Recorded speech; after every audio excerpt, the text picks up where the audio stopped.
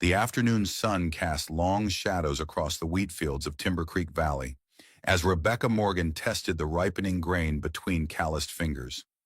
At 36, her weathered features betrayed little of the striking beauty she'd once been known for in her youth. Time and solitude had etched determination into the lines around her eyes, which remained sharp as a hawk's, despite the years of grief she'd weathered. 4 years a widow, Rebecca had defied every expectation that the Morgan homestead would crumble without her husband Daniel's steady hand.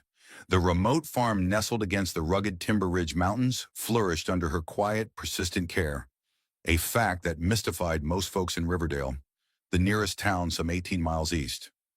What they didn't know, what almost no one knew, was that Daniel Morgan had never been the true provider in their marriage. Inside their modest cabin, locked in a cedar chest beneath hand-stitched quilts, lay Rebecca's most closely guarded secret, her father's custom Winchester rifle with brass sights that gleamed whenever she unwrapped it from its oiled cloth. Alongside it rested leather-bound journals documenting 20 years of hunting seasons, detailed records of tracking patterns, migration routes, and shot placements that revealed a lifetime of expertise most men would envy. James Harlow, Rebecca's father, had been a legendary hunter whose remarkable skill had kept food on their table through the harshest winters. With no sons to inherit his knowledge, he taught his only daughter everything he knew. By 16, Rebecca could track game across impossible terrain and place a killing shot at distances that made seasoned hunters question their eyes. A lady needn't advertise her capabilities. Her mother would say, adjusting Rebecca's collar before church gatherings. Only Marshal Nathaniel Hayes knew her secret. He'd witnessed 14-year-old Rebecca rescue her father from a wounded mountain lion, placing a single shot with such precision that folks still spoke of Old Harlow's impossible shot, never knowing it had been his daughter who'd pulled the trigger from nearly 400 yards away. As the sun dipped lower, Rebecca noticed dust rising along the valley road. Riders approaching, 6 men on well-fed horses, moving with purpose and confidence that raised her instincts. Their rifles weren't carried casually, but ready, expensive weapons kept in good repair. These weren't farmers or honest travelers. Rebecca straightened, adjusting her apron with deliberate movements. To any observer, she appeared the perfect image of a hard-working widow, perhaps nervous at the approach of strangers, but nothing more. Yet her sharp eyes had already assessed their weapons, noted their positions, and calculated the distance to her cabin, where the Winchester waited above the stone fireplace. Her father's voice whispered from memory, "Let them think what they will, Becky. There's strength in being underestimated." As the lead rider raised his hand to signal a halt at her fence line, Rebecca took a slow, steady breath. Something was coming to Timber Creek Valley, and whatever these men wanted, she sensed the peaceful life she'd carved from grief was about to shatter. In a land where a man's word was his bond, and justice came from the barrel of a Winchester, some legends were never meant to be forgotten. Before cell phones and Twitter feeds, before the government stuck its nose in a man's business, there was a different America, where courage wasn't just a hashtag, and freedom meant something you'd die defending. This is one hell of a true story, buried in the dust of American history. 1882, Timber Creek Valley. A time when men like John Wayne and Clint Eastwood would have tipped their hats to the real heroes, ordinary folks standing their ground against corrupt power. When railroad barons and mining magnates thought money could buy anything, including people's homes, they didn't count on Rebecca Morgan, a widow with calloused hands who could mend fence at dawn and place a kill shot at 400 yards by dusk. A patriot who understood what most have forgotten, that sometimes liberty requires bloodshed. Gather round, veterans and patriots. Pour yourself a bourbon. Tonight we remember what made America great. One woman's stand against tyranny that changed the West forever. "Morning, ma'am," the lead rider called out, reining his horse to a stop at Rebecca's fence. The man wore a dark coat, despite the warm weather, a silver watch chain glinting across his vest. A distinctive scar ran from beneath his right eye to the corner of his mouth, giving his smile a twisted quality that never reached his eyes. "Mighty fine spread you got here. All alone, are you? Can I help you, gentlemen?" Rebecca asked, her voice pitched higher than normal, clutching her garden tools closer as if they offered protection. "Name's Maxwell Bishop," the scarred man replied, tipping his hat with exaggerated courtesy. My associates and I are looking for some hospitality. Been riding hard from Riverdale. Rebecca recognized the name instantly, though she gave no sign. Maxwell Bishop, leader of the notorious Phantom Riders, named for their habit of appearing without warning and leaving destruction in their wake. Marshall Hayes hadn't mentioned. Bishop had ventured this far west. This wasn't a random encounter, they were establishing territory systematically. The well's over yonder. She gestured with a slight tremor in her hand. Help yourselves to water. I don't have much else to offer. Bishop dismounted with fluid grace that belied his brutal reputation. Up close, Rebecca could see the calculating intelligence in his eyes. This was no common bandit, but a man who employed violence as deliberately as a surgeon used a scalpel.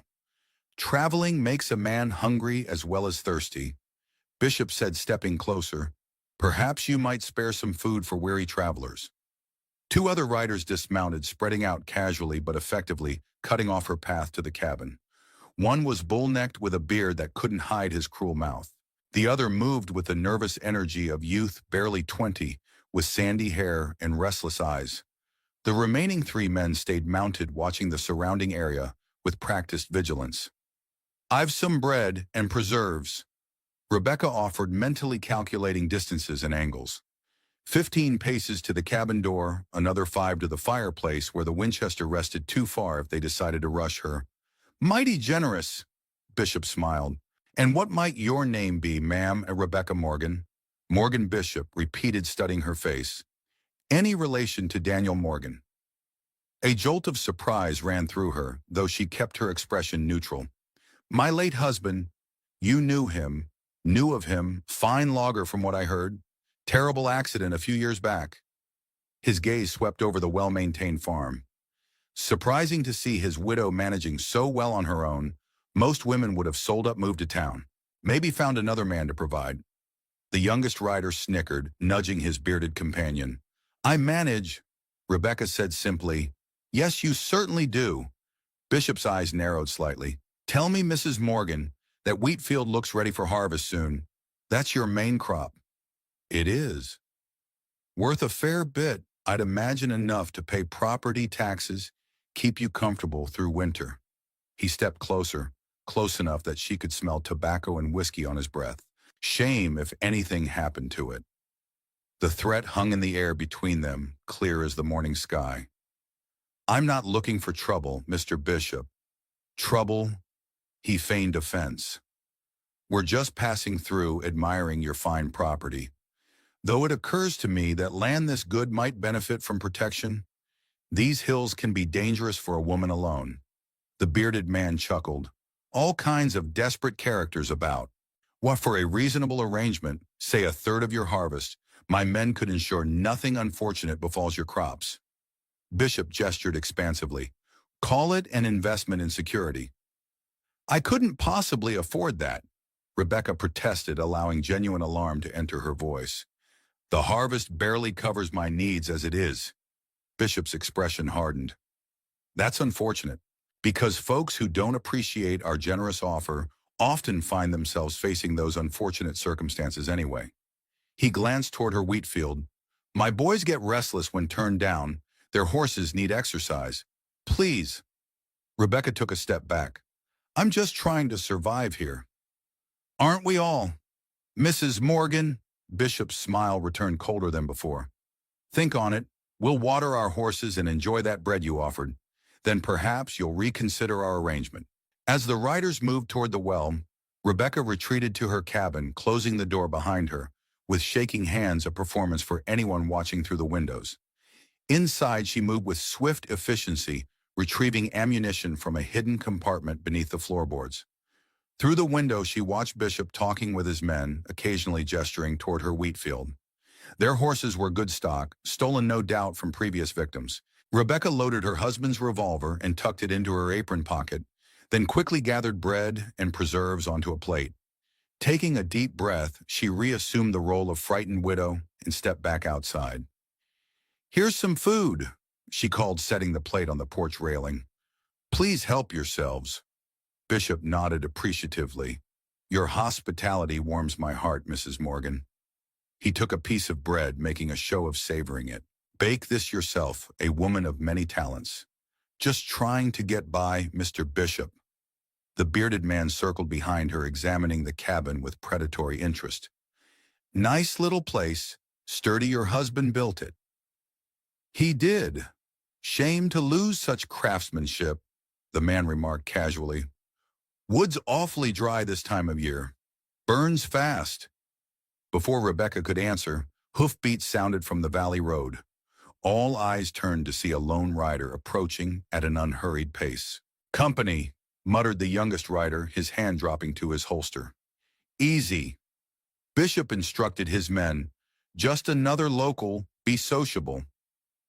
As the rider drew closer, Rebecca recognized Thomas Wright, her nearest neighbor whose property lay 3 miles east. A grizzled veteran of advancing years, Wright occasionally checked on her, bringing news or offering help with heavier tasks. Morning, Thomas, she called with forced cheer. These gentlemen were just passing through. Sharpshooter. Wright pulled up short at the sight of the gathered men, his weathered face revealing nothing, though his eyes flicked questioningly to Rebecca. That's so. Wright dismounted slowly, his movements stiff from old war wounds. Maxwell Bishop. The rider leader introduced himself, extending a hand. Just offering Mrs. Morgan some assistance with her security concerns. Wright didn't take the offered hand. Didn't know Rebecca had security concerns. Everyone does these days, Bishop replied smoothly. World's full of dangerous men. That it is, Wright agreed, his gaze steady. Heard tell of farms being hit east of here, crops destroyed, livestock taken.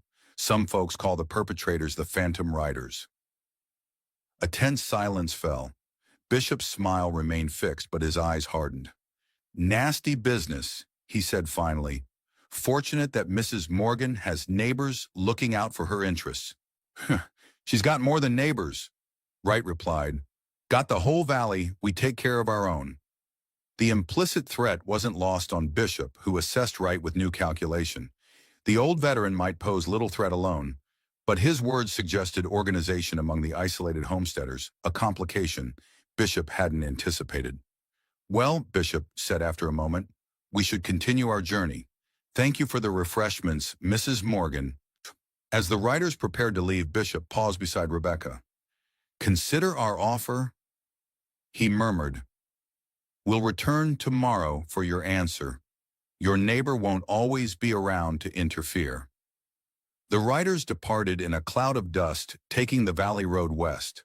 Only when they were well out of sight did Rebecca's shoulders relax slightly. You all right, Rebecca? Wright asked quietly. I'm fine, Thomas. Thank you for stopping by when you did. Wright's eyes narrowed as he watched the dust trail left by the departing riders. That was him, wasn't it? Bishop himself. Rebecca nodded. They'll be back tomorrow. They want 1/3 of my harvest for protection. Buzzards, Wright spat. They hit the Hendersons' place last week, drove their horses right through their cornfield, trampled everything. When old Henderson protested, they broke his arm. Aber, did you really mean what you said about the valley standing together? Wright looked away. Truth is, folks are scared. Rebecca Jenkins is talking about selling out Thompson's, already packed up. Those that haven't left are thinking about it.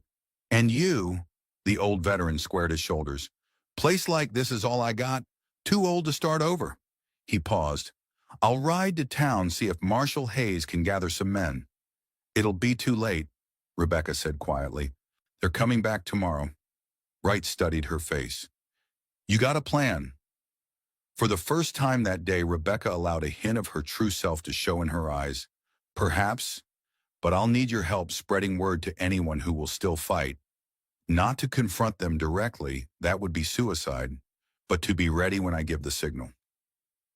What signal? Rebecca's gaze drifted to the distant ridge where she'd practiced with her father's rifle countless times. You'll know it when you hear it. Thomas, just make sure our neighbors are prepared to act when it comes. Darkness blanketed Timber Creek Valley as Rebecca moved silently through the forest that bordered her property. The moon just past full provided enough light for her experienced eyes to navigate the familiar terrain. She carried her father's Winchester, its weight a comfort in her calloused hands. After Wright's departure, she'd spent hours preparing not just weapons and ammunition, but studying the land with new eyes. Where would Bishop position lookouts? Which approach would they take? How many men would he bring for what he assumed would be a simple intimidation of a helpless widow? The ridge that overlooked her farm offered perfect vantage points locations her father had used for decades to observe deer movements across the valley.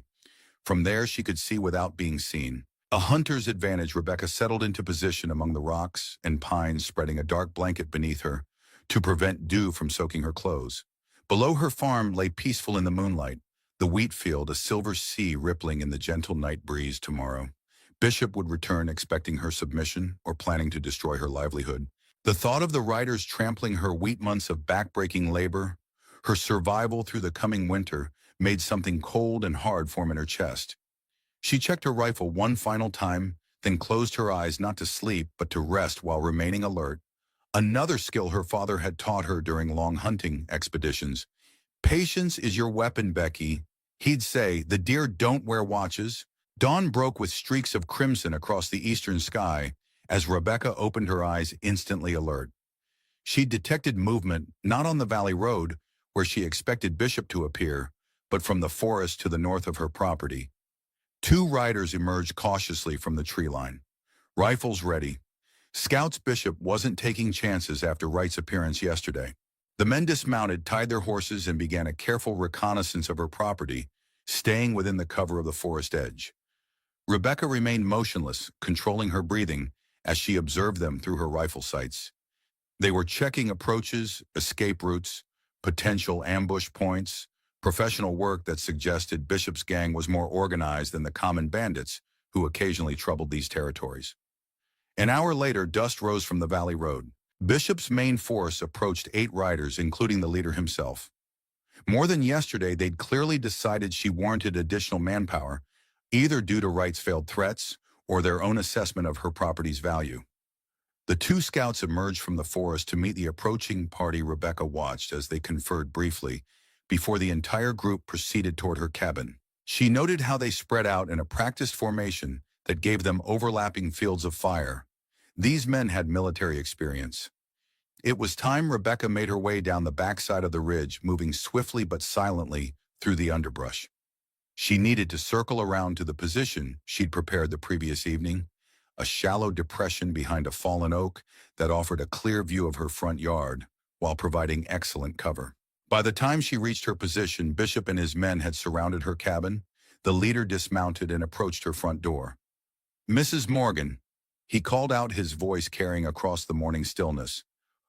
"We've returned as promised to discuss our arrangement." Silence greeted him.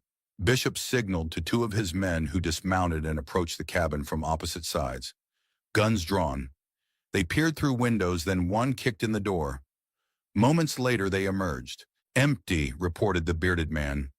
"Beds made, coffee pots cold." Bishop's expression darkened. "Search the outbuildings, find her." As his men scattered to check the barn and storage shed, Bishop remained in the yard, scanning the surrounding landscape. For a moment, his gaze seemed to pass directly over Rebecca's hiding spot, but the natural cover concealed her completely. "Nothing in the barn," called one of the riders. "She's gone to rally neighbors," Bishop concluded, his face hardening. "Change of plans, boys. We're going to leave Mrs. Morgan a message she won't forget." He turned toward the wheat field, golden and heavy with nearly ripened grain. "Curtis Fletcher, get the torches ready." "You want us to burn it?"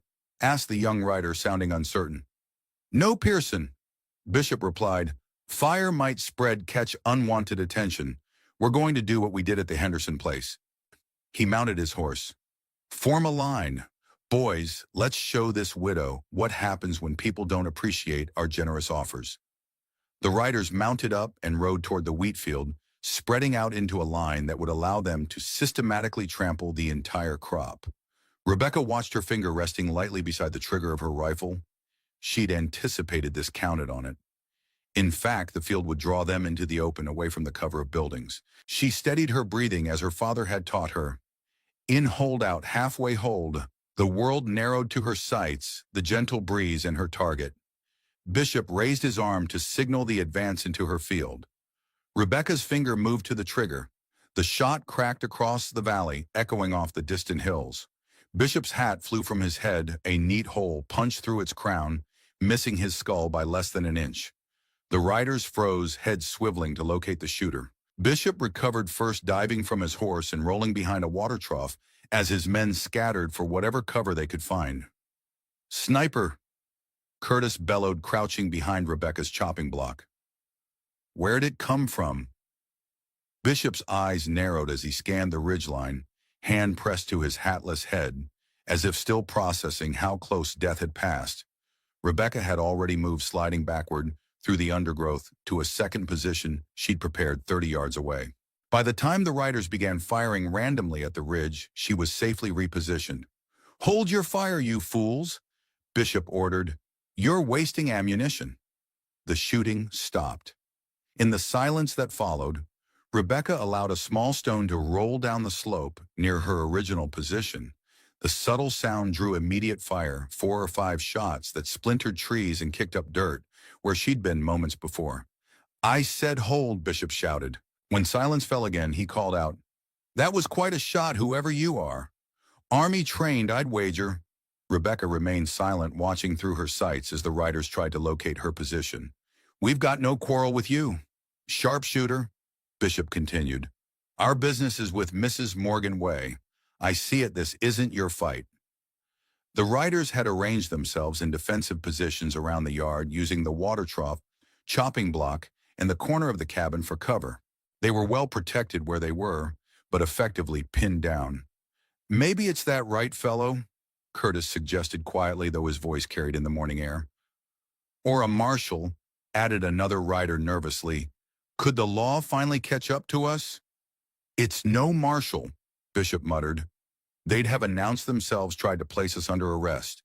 Rebecca sighted carefully on a wooden bucket sitting beside the well, about 10 feet from where the young rider named Pearson was hiding. A second shot shattered it, sending splinters flying. Pearson yelped and pressed himself flatter against the ground. "Jesus!" he hissed. "That could have been my head." "If they wanted your head, they'd have taken it," Bishop replied grimly. "They're toying with us." "On name."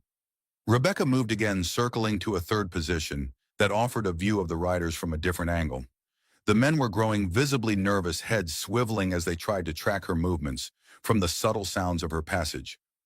"What do we do, Maxwell?"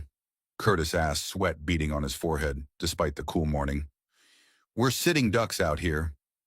"Whoever this is, they're alone." Bishop's eyes narrowed thoughtfully. "Wright mentioned the valley standing together. This must be one of Morgan's neighbors trying to scare us off." "It's working," muttered Pearson. "No, it isn't," Bishop snapped. He raised his voice again. "All right, Sharpshooter, you've made your point. But ask yourself this, if you kill any of us, how many farms in this valley will be burning by the end of the week? The Phantom Riders have friends. Lots of them." Using the distraction of Bishop's shouting, Rebecca moved to her fourth and final prepared position, this one much closer to the cabin, barely 50 yards from where the riders were huddled. She'd worked her way in a complete semicircle, and now waited silently, the perfect angle finally achieved. From this position, she had a clear shot at the Winchester rifle, leaning against the water trough. Beside Bishop, the same trophy weapon he'd reportedly taken from the Henderson family after breaking the old man's arm. Her third shot rang out. The Winchester's stock splintered where it rested, the force knocking it to the ground. Before the echo faded, her fourth shot struck the dirt between Bishop's outstretched fingers, where he'd instinctively reached for the falling weapon. "I believe," Rebecca called out, her voice strong and clear in the sudden silence, "that belongs to the Henderson family." The rider's head snapped toward her voice, not at the ridge where they'd been looking, but from much closer, and from the voice of a woman, Mrs. Morgan. Bishop's disbelief was palpable. "That's not possible," Curtis muttered. "I believe we're overdue for a proper introduction." "Mr. Bishop," Rebecca continued, her voice carrying easily across the yard. She remained positioned behind her cover rifle, trained on the group of riders. "Though it seems you already know who I am." Bishop's shock transformed into calculated reassessment, his eyes scanning for her exact position. "I must say, Mrs. Morgan, you're full of surprises." "Most people see what they expect to see," Rebecca replied. "You expected a helpless widow, a mistake I won't make again." Sierras. That was impressive shooting. Bishop acknowledged his tone conversational, despite the tension vibrating through his men. 4 shots, 4 hits, no misses. Not many can claim such accuracy. My father believed in precision. Rebecca said, James Harlow taught me that ammunition is too precious to waste. Recognition crossed Bishop's face. James Harlow, the tracker from the Northern Territories. His eyes widened slightly. The man they called Ghost Eyes for how he could spot game where others saw nothing. The same, Curtis shifted nervously behind the chopping block. Maxwell, who the hell is James Harlow? A legend, Bishop answered without taking his eyes off Rebecca's general direction. They said he could track a fish through water and shoot the whiskers off a fox at 300 yards. His mouth twisted in a humorless smile. They never mentioned a daughter. A deliberate omission. Rebecca confirmed, Now I believe it's time for you and your men to leave my property. Bishop's expression hardened. You've gotten our attention. Mrs. Morgan, impressive as your shooting may be, there are 10 of us and only one of you. Even the great James Harlow's daughter can't watch all directions at once. True, Rebecca conceded, but I only need to watch you. Mr. Bishop, your men follow your lead. And right now you're 3 seconds from having a bullet through your left eye. To demonstrate her point, she shifted her aim slightly and sent a 5th shot into the water trough, precisely at eye level with Bishop's crouched position. Water trickled from the fresh hole dripping onto his sleeve. The young rider Pearson visibly paled. Jesus, Maxwell, she means it. Let's just go. Quiet, Bishop hissed, though sweat now beaded on his forehead. Mrs. Morgan, let's be reasonable. You've proven your point. Perhaps we misjudged the situation. We could come to a different arrangement. No arrangements. Rebecca cut him off. You and your riders have terrorized this valley long enough. The Hendersons, the Jenkins family, all the others. It ends today. Bishop's eyes narrowed. One woman against the phantom riders. Those are poor odds, Mrs. Morgan. No matter how good your aim. Who said I was alone?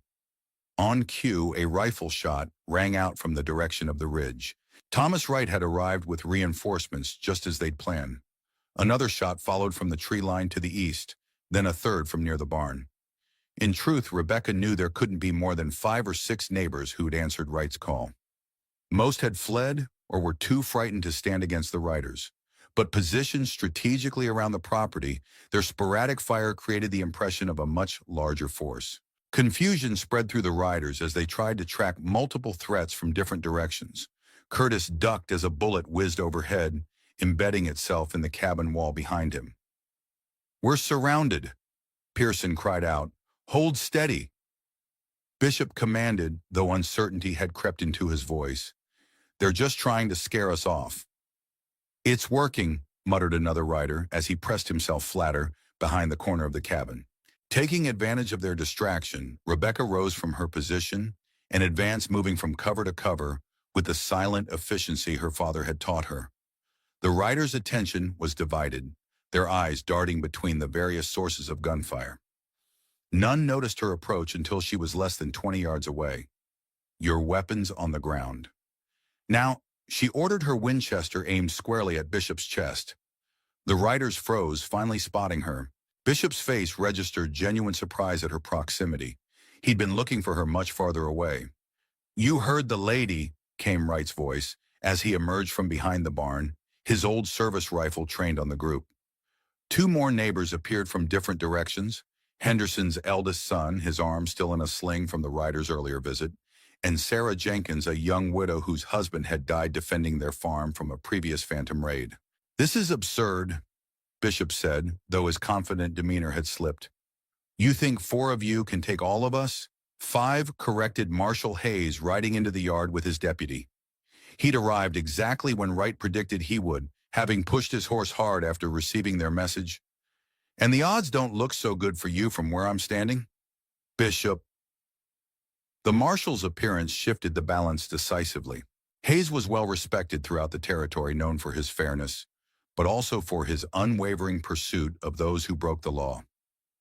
Weapons down. Hayes ordered all of you. Curtis looked to Bishop, awaiting instruction. The leader's face was a mask of controlled rage, but after a moment's calculation, he slowly raised his hands. Do as he says, Bishop instructed his men. One by one, the riders placed their weapons on the ground. The deputy moved among them collecting guns while Hayes kept his shotgun trained on the group. Maxwell Bishop. Hayes said formally, you and your men are under arrest for destruction of property theft, assault, and extortion throughout this territory. As the deputy began binding the riders' hands, Bishop's eyes remained fixed on Rebecca. I underestimated you, Mrs. Morgan. A mistake I don't often make. Most people do, Rebecca replied, simply lowering her rifle slightly, but maintaining her vigilance. I'm curious. Bishop continued, his tone almost conversational, despite his circumstances. Those first shots, you could have killed me easily. Why didn't you? Unlike you, Mr. Bishop, I don't take life casually. Rebecca answered, my father taught me to hunt for necessity, not sport or cruelty. Every shot has purpose. Every target deserves respect. Noble sentiments, Bishop remarked with a hint of mockery, but dangerous in a world like ours. Perhaps, Rebecca acknowledged, or perhaps it's men like you who make the world dangerous by forgetting such principles. Hayes approached, nodding respectfully to Rebecca. That was some shooting, Mrs. Morgan. Your father would have been proud. Thank you, Nathaniel. The marshal turned to the assembled neighbors who had emerged from their positions around the property. And thank you all for standing together. It's not often I see folks willing to risk themselves for others these days. Wright shrugged his stiff shoulders. Wasn't much of a choice. These vermin would have picked us off one by one eventually. Young Henderson nodded in agreement, cradling his injured arm. My pa always said the valley needs to stick together. Took these riders for us to remember that. Sarah Jenkins approached Rebecca, admiration clear in her eyes. Those shots, I've never seen anything like it. How did you learn to shoot that way?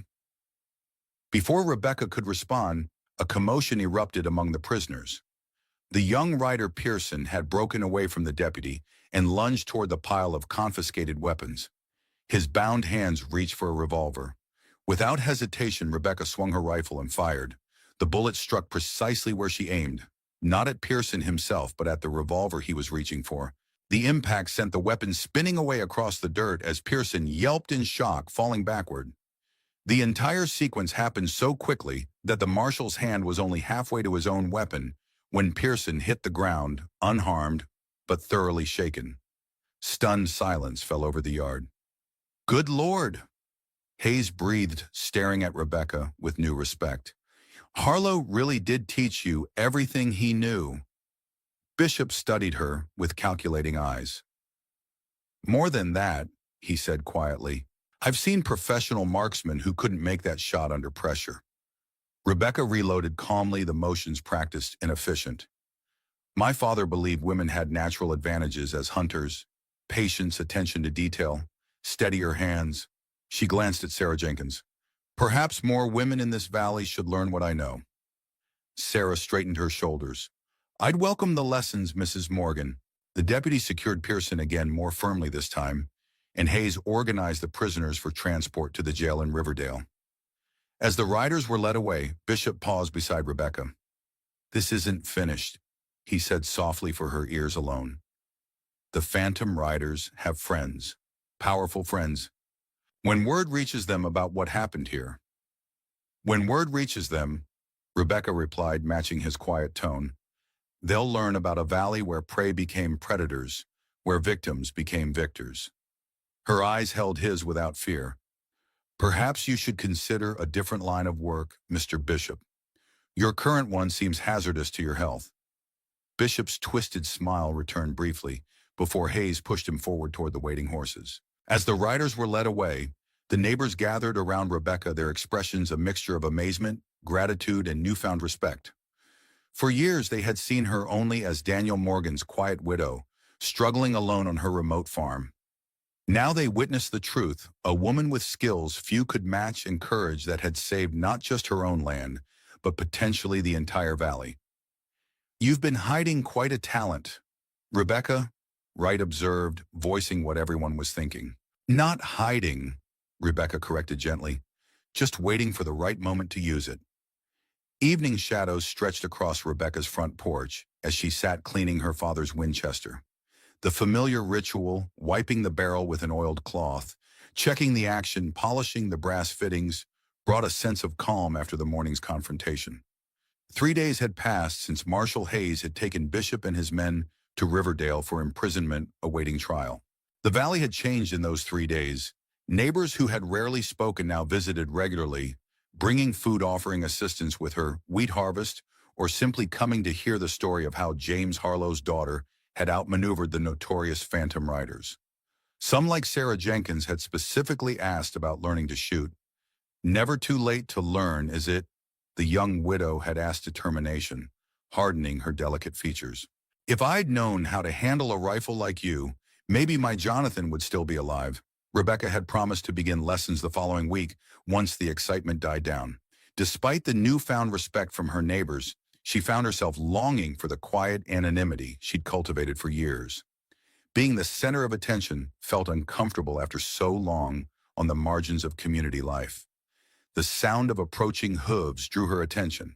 Marshal Hayes rode into her yard looking weary after the journey from Riverdale. Behind him followed another rider Rebecca didn't recognize, a tall, distinguished-looking man with silver temples and the bearing of someone accustomed to authority. "Evening, Rebecca," Hayes called as he dismounted. "Hope you don't mind the company." "Thomas," she greeted him, setting aside the rifle and cloth. "Always welcome your companion as well." The stranger dismounted with easy grace, removing his hat as he approached the porch. "Mrs. Morgan," he said, his voice carrying a slight Eastern accent. "Federal Marshal Gabriel Steele, Sheriff Hayes has told me quite a remarkable story about you." Rebecca nodded politely but remained wary. Her father had taught her healthy skepticism toward government officials, having had his own complicated history with territorial authorities. "Would you care for coffee, Marshal?"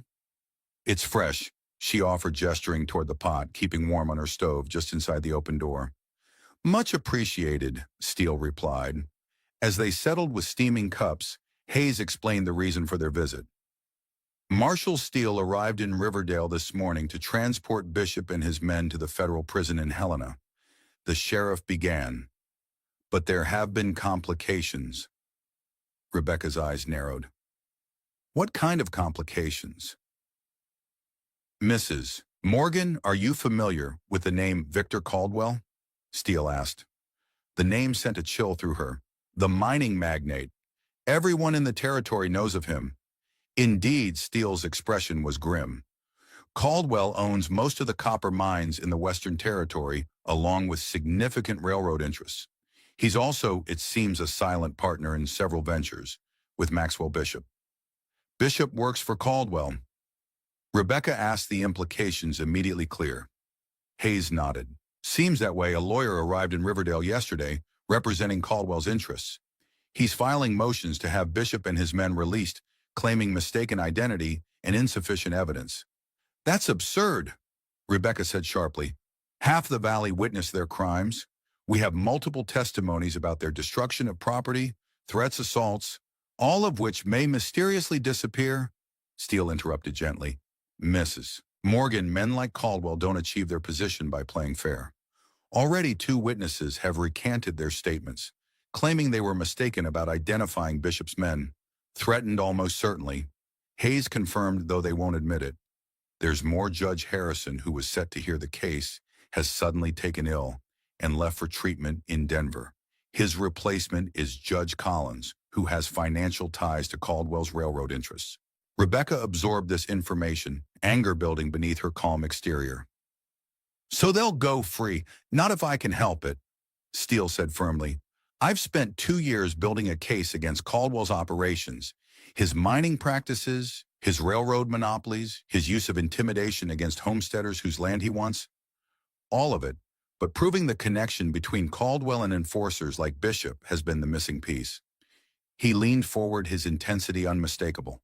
"What happened here in Timber Creek Valley might be the key concrete evidence of Caldwell using Bishop's riders to force small landowners to sell. But I need more than witness testimonies that can be retracted under pressure. What do you need, Marshal? Rebecca asked, though she suspected she already knew. Documentation, Steele replied. Records of payments, instructions, anything linking Caldwell to Bishop's activities. Bishop would have kept something.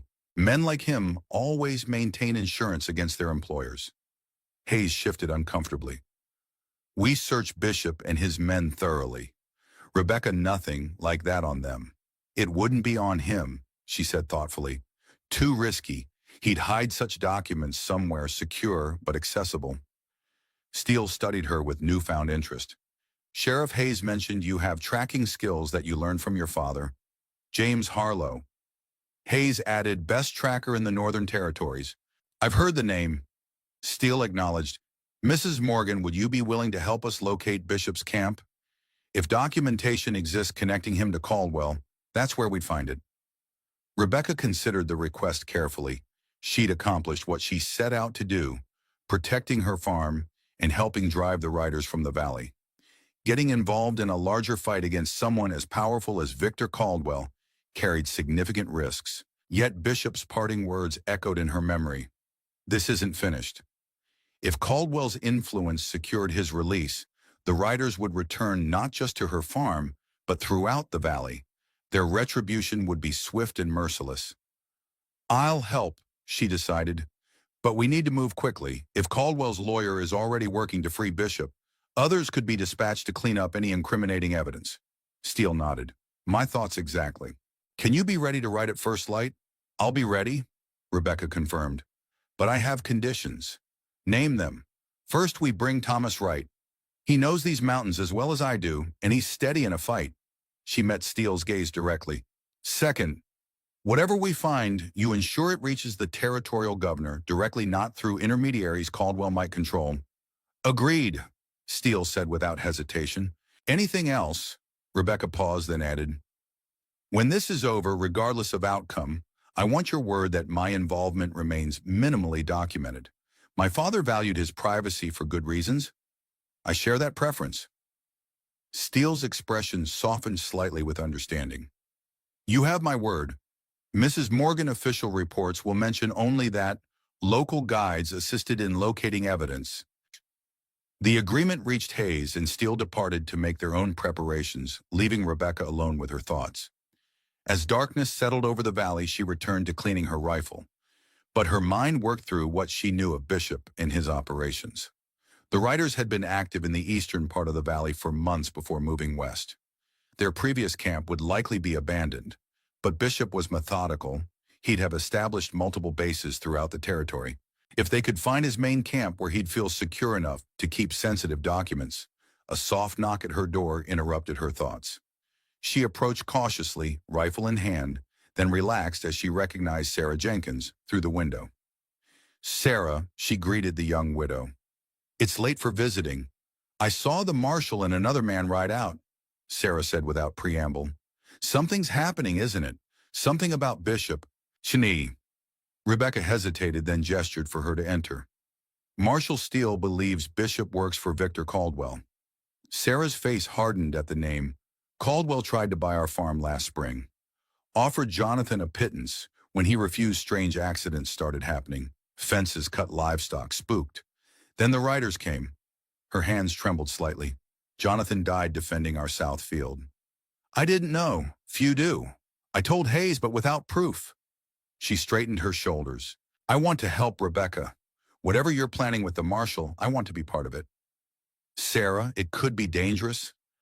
I buried my husband 4 months ago.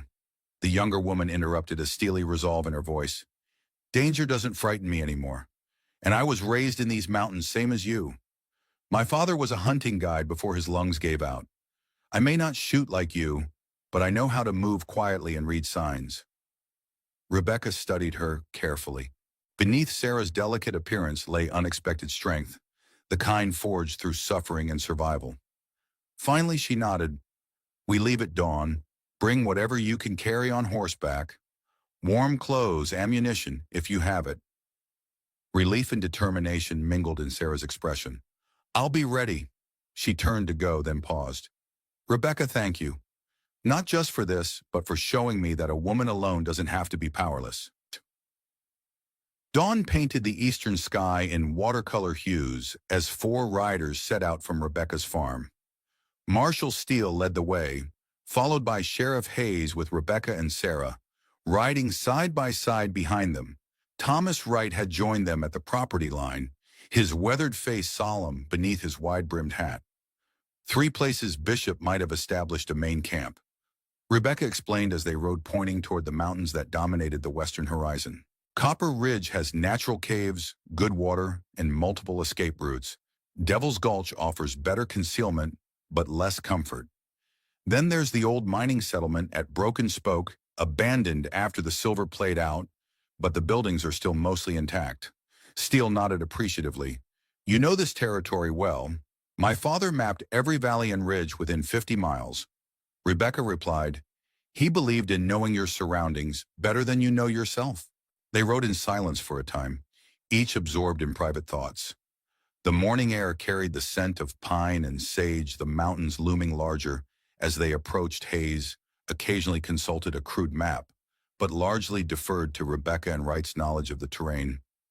Tell me about Caldwell, Rebecca said, eventually drawing alongside Steele. What kind of man are we dealing with?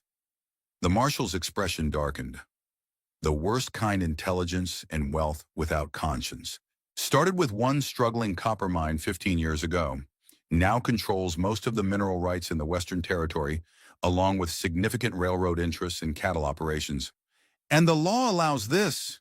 Sarah asked, her voice tight with barely controlled anger.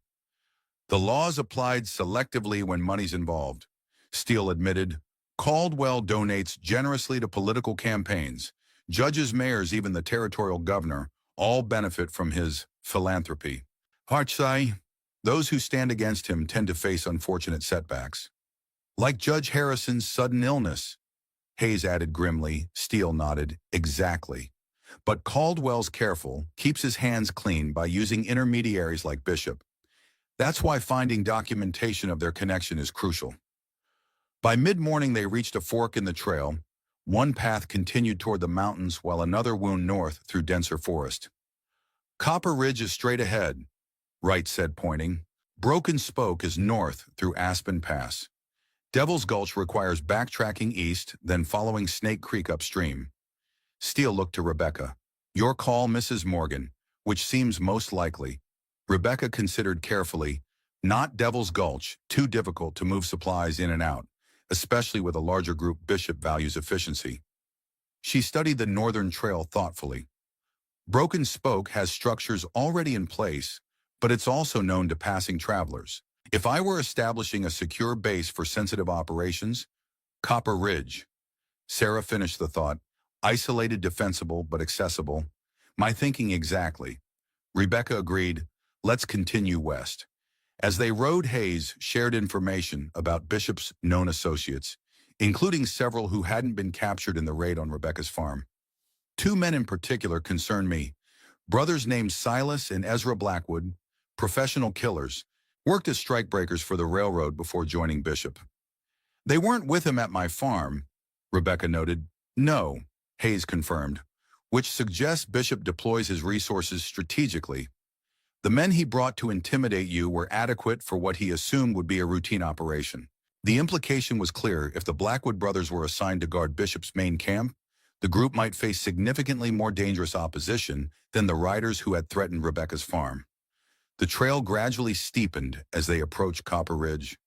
Rebecca noticed signs of recent passage: broken twigs, displaced stones, a piece of fabric caught on a thorn bush. She signaled a halt, dismounting to examine the evidence more closely. Someone's been through here recently, she confirmed. Multiple riders, heavily laden horses, judging by the depth of these tracks. Steele joined her, kneeling to study the signs she indicated. Raiders, possibly. The pattern suggests men who don't care about being tracked, confident or careless. She pointed to a cigarette butt half buried in the dirt. 3 days old at most. After Bishop's capture, Hayes observed, could be his remaining men consolidating positions or retrieving valuable items before abandoning camp. Steele finished. They proceeded with increased caution, leaving their horses tethered in a sheltered grove, before continuing on foot.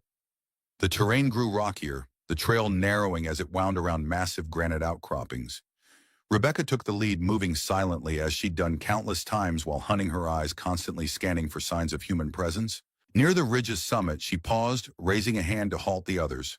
Just ahead, the trail opened onto a small plateau. Nestled against the mountainside was the entrance to a large cave, partially concealed by natural rock formations. Wood smoke had stained the rock above the opening, and clear signs of habitation surrounded the area. A fire pit, makeshift benches, discarded food tins. More telling were the fresh boot prints crossing the plateau, and the hastily obliterated remains of what had once been an organized camp. "They've cleared out," Wright whispered, crouching beside Rebecca. "Recently, too." Rebecca nodded. "But they were in a hurry. Might have left something behind." Steele signaled Hayes and the others to spread out and approach from multiple angles, ensuring no ambush awaited them. When they reached the cave entrance, the marshal drew his revolver before cautiously peering inside. "Clear," he announced after a moment, "but there's evidence they departed in haste." The cave's interior revealed the truth of his assessment. What had clearly been a well-organized camp was now in disarray. Wooden crates had been emptied, their contents presumably taken. Bedrolls and personal effects were gone, but heavier items remained: a cast-iron stove, crude furniture, empty provision barrels. "Someone warned them," Hayes concluded, examining the scene. "After Bishop's capture, someone tipped off his remaining men." "Caldwell," Steele agreed grimly. "He'd have contingencies in place." "Sakin." Rebecca moved methodically through the abandoned camp, her eyes noting details others might miss: the pattern of disturbance in the dust items moved recently versus those untouched for days. She paused near the back of the cave, where a natural stone shelf had been used as a desk of sorts. Unlike the rest of the camp, this area showed signs of careful rather than hasty attention. "Here," she called softly, "someone spent time sorting through papers or documents." Steele joined her, examining the dusty surface. "You're right, they took their time here while rushing elsewhere." Rebecca ran her fingers along the stone edge, feeling for irregularities. Near the corner, her touch detected a slight draft. Crouching lower, she examined the rock wall behind the shelf. "There's a crevice here," she murmured, deliberately obscured. Working carefully, she probed the narrow opening with her fingers until they closed around something solid, a metal box, no larger than a book, wedged tightly into the natural crack in the rock face. With Steele's help, she worked it free. The lockbox was simple but sturdy, secured with a small padlock. Hayes produced a set of skeleton keys from his pocket, attempting several before finding one that turned with a satisfying click. Inside lay exactly what they had hoped to find: a leather-bound ledger and a stack of correspondence. Steele lifted the ledger, reverently opening it to reveal neat columns of figures, dates, and annotations in a precise hand. "Payment records." He confirmed, scanning the entries. $500 to dissuade the Harrison family from their land claim, $800 for special attention to the Garrett Ranch. Names, dates, amounts all here. More damning were the letters, correspondence on Caldwell Mining Company stationery, several signed by Victor Caldwell himself. Though carefully worded to maintain deniability, the implications were clear to anyone reading between the lines. "Clear the valley by whatever means necessary." Steele read from one letter, "Expenses approved, as discussed. Discretion is paramount." "Is it enough?" Rebecca asked. The marshal nodded slowly, his expression a mixture of satisfaction and grim determination. "Combined with witness testimonies and the ledger entries relating to known incidents, yes, it's enough to bring charges against both Bishop and Caldwell." As Steele carefully packed the evidence, Sarah explored the rest of the cave, eventually calling out from a small side chamber, "You should see this." They joined her to find a makeshift map pinned to the rock wall, a detailed rendering of Timber Creek Valley and surrounding areas. Properties had been marked with different colors, names annotated in the margins. Some, like the Thompson farm, had been crossed out. Others, including Rebecca's, were circled in red. "Acquisition targets," Steele murmured, studying the map. Caldwell was systematically clearing the valley, using Bishop to force sales or abandonment. Hayes pointed to notations along the eastern edge where railroad symbols had been drawn. This explains everything. He's planning a new rail line through the valley, the northern route to the mining districts. It would cut 50 miles off the current line. Steele confirms saving Caldwell thousands in shipping costs, worth millions over time. Rebecca studied the map, noting how many of her neighbors had already been marked as acquired or vacated. Hemroam, the systematic destruction of her community had been proceeding for months, disguised as random criminal activity. "We should take this too," she said, evidence of premeditation. As they prepared to depart, careful to leave minimal sign of their presence, Rebecca felt a complex mixture of emotions: relief at finding the evidence they sought combined with growing anger at how calculated the assault on her community had been. This wasn't opportunistic banditry, it was a corporate strategy executed through violence and intimidation. The ride back would be long, but the true challenge lay ahead. Even with evidence in hand, confronting someone as powerful as Victor Caldwell meant threatening a system built on money and influence. They had won the first skirmish, but the real battle was just beginning. Riverdale's main street buzzed with unusual activity as Rebecca and her companions rode into town late the following afternoon.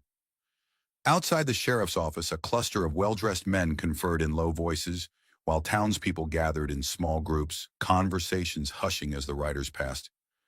"Something's wrong," Hayes muttered, nodding toward the gathering outside his office. "Those are Caldwell's lawyers." Ashford. Steele straightened in his saddle, his hand instinctively moving closer to his sidearm.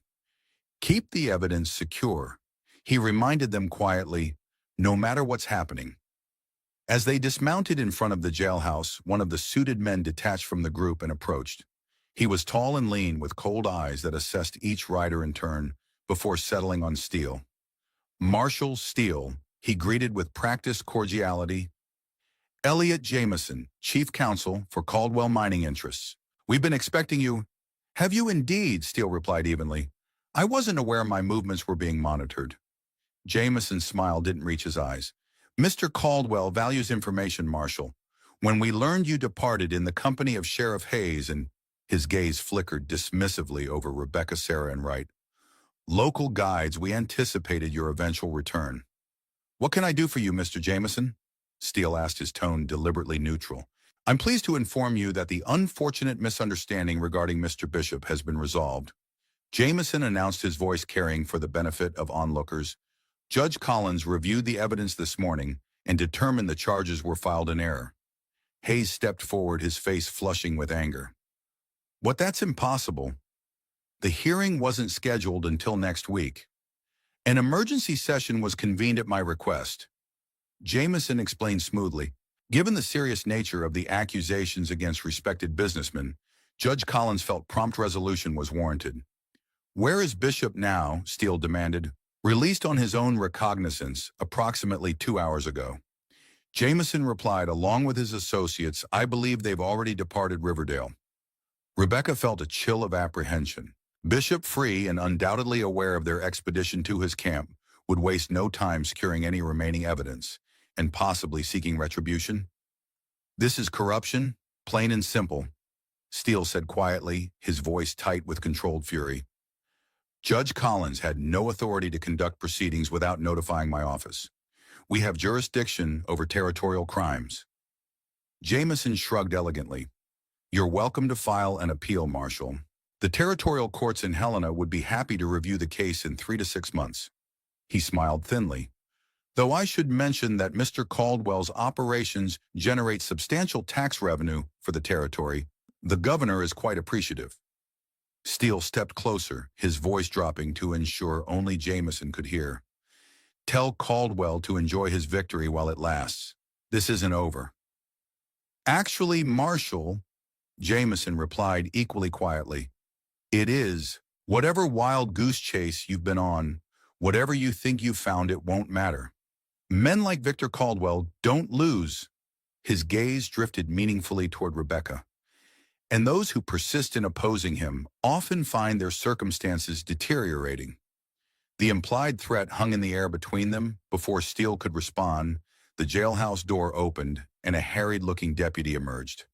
"Sheriff Hayes," he called urgently. "The telegraph just came through from Helena. You're going to want to see this." Hayes excused himself and disappeared inside with the deputy. Jameson offered a small bow to the remaining party. "If you'll excuse me, I have a train to catch.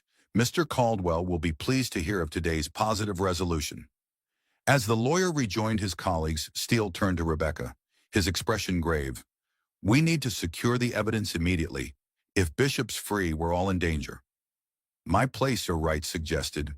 "It's defensible, and they wouldn't expect us to take sensitive materials there." Steele nodded agreement just as Hayes reemerged from the jailhouse, his face ashen. "Steele," he said tersely, "inside now." Once they were all gathered in Hayes's office, the sheriff handed Steele the telegraph. The marshal read it silently, his expression darkening with each line. "What is it?" Rebecca asked. Steele passed her the paper. "Marshal Steele relieved of duty effective immediately pending investigation into allegations of evidence, tampering and witness intimidation. Deputy Marshal Davis appointed interim replacement. All current investigations suspended by order of the territorial governor." "They moved even faster than I expected," Steele said grimly. "Caldwell's reaching all the way to the governor's office." "What does this mean for our evidence?" Sarah asked. "It means I'm no longer a marshal," Steele replied. "Any evidence I submit officially will be dismissed as compromised. And this Deputy Marshal Davis is almost certainly in Caldwell's pocket." Hayes paced the small office.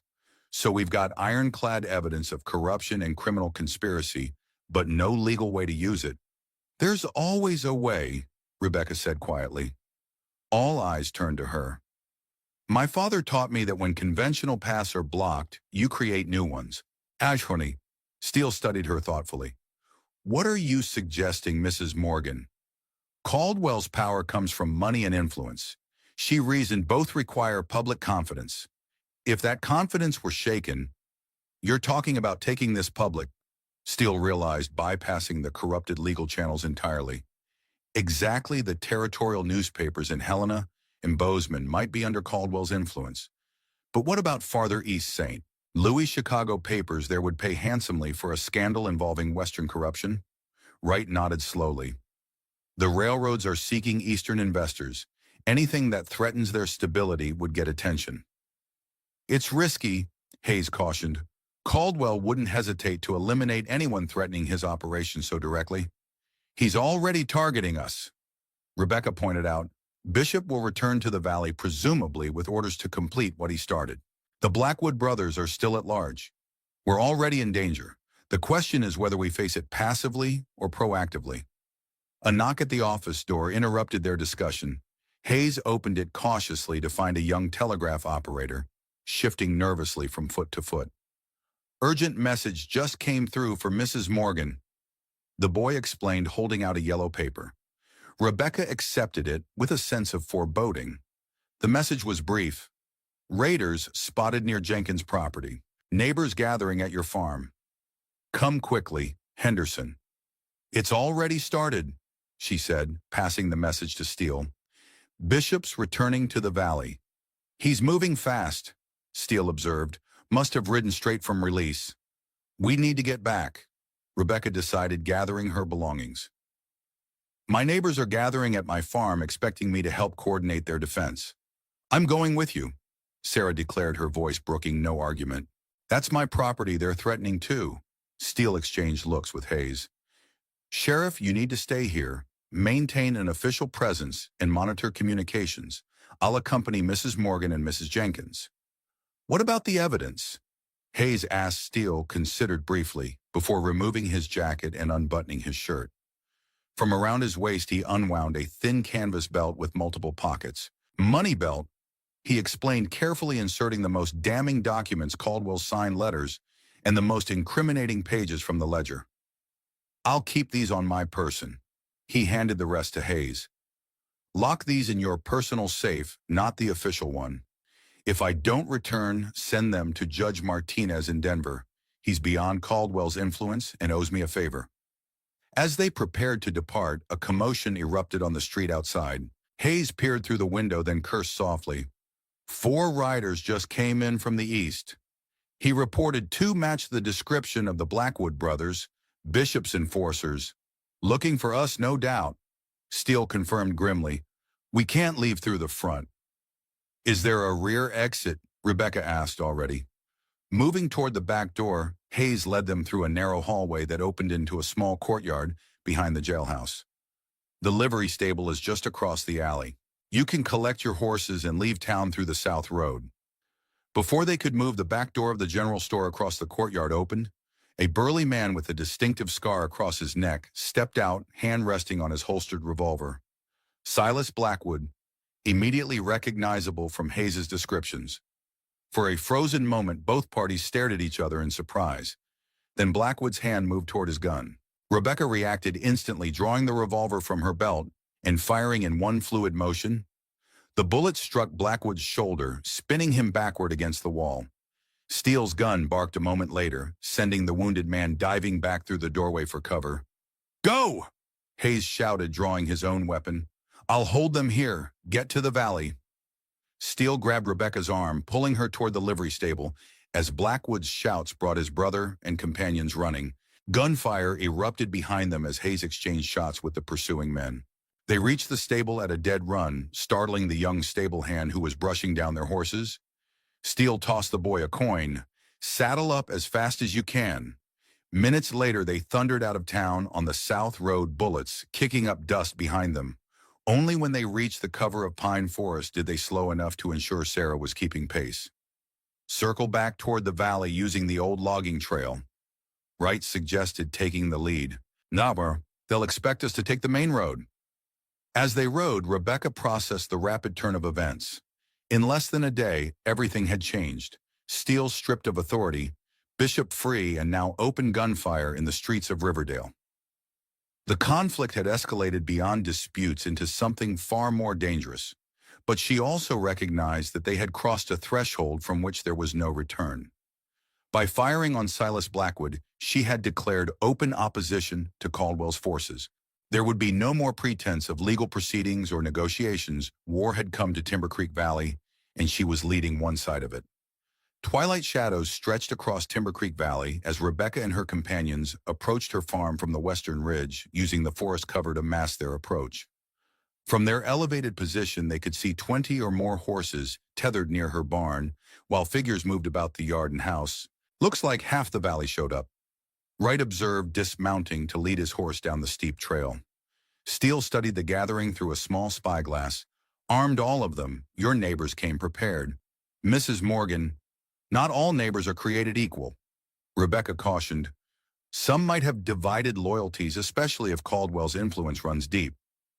As they descended toward the farm, Rebecca noted how her once peaceful homestead had transformed. Improvised barricades of hay bales and overturned wagons surrounded the house and barn.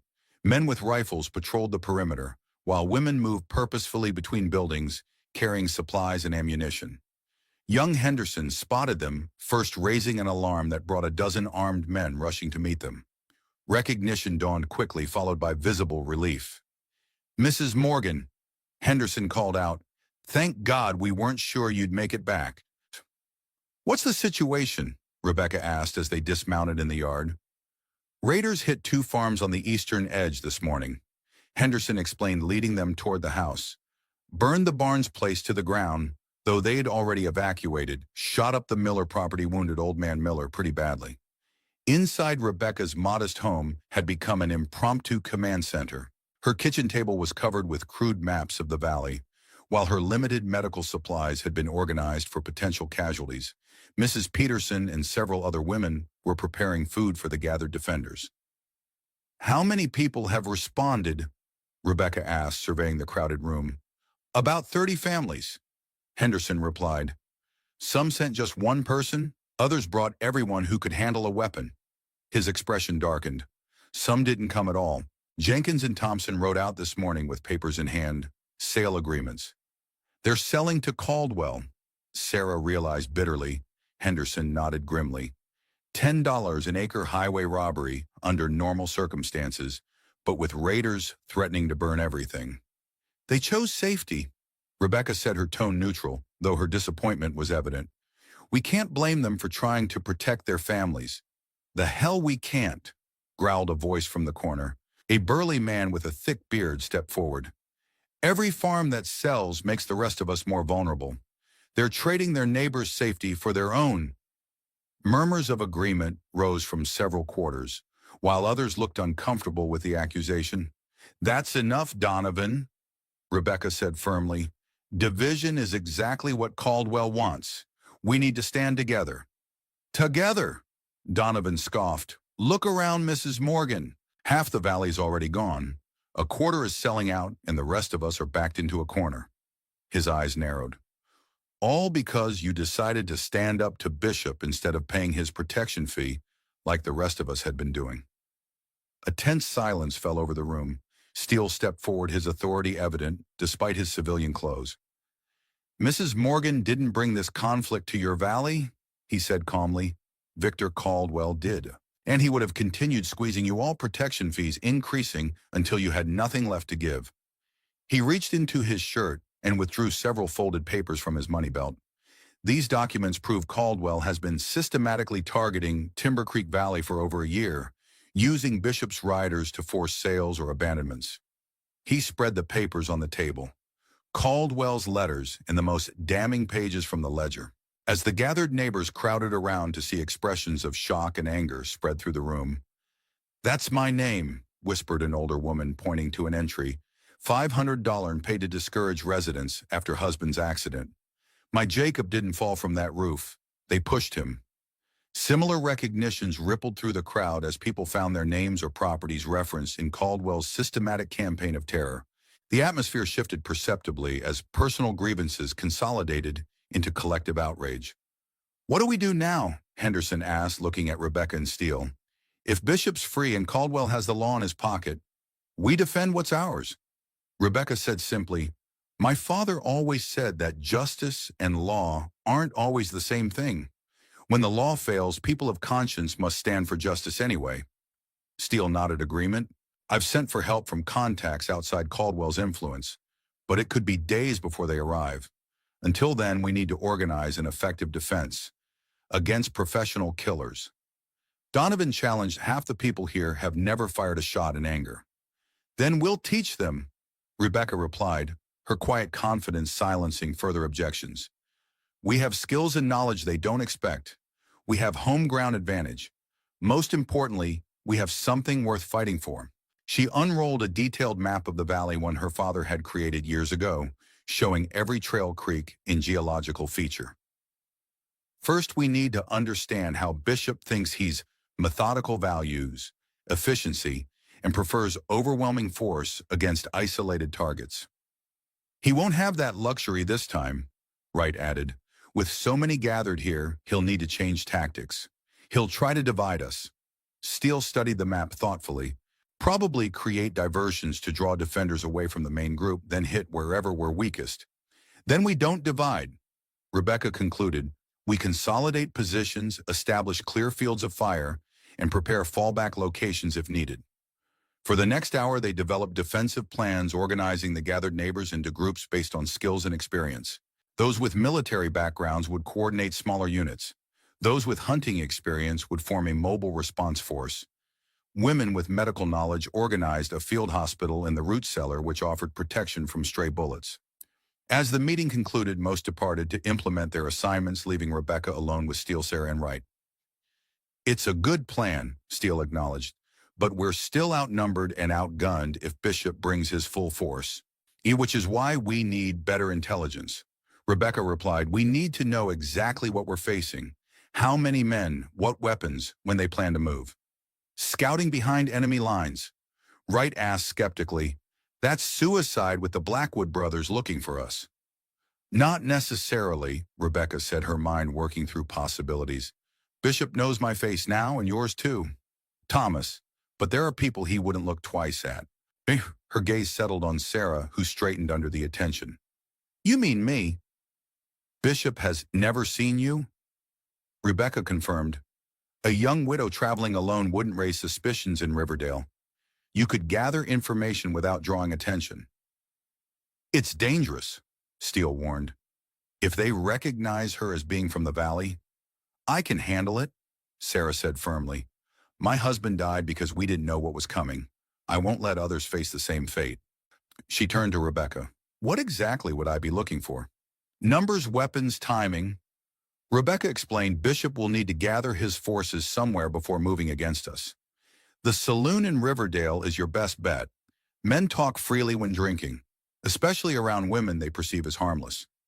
They worked out details. Retry, Claude hit the max length for a message and has paused its response. You can write, continue to keep the chat going. End continue edit. I'll continue with the cinematic narrative following the final cinematic storytelling formula. Sarah would travel as a widow seeking to sell her property, concerned about the rumors of violence. Her genuine grief and anger would make the performance convincing. As Sarah prepared to depart under cover of darkness, Rebecca took her aside for a private word. There's something else, she said quietly, removing a small Derringer pistol from her pocket. Take this. Keep it hidden but accessible.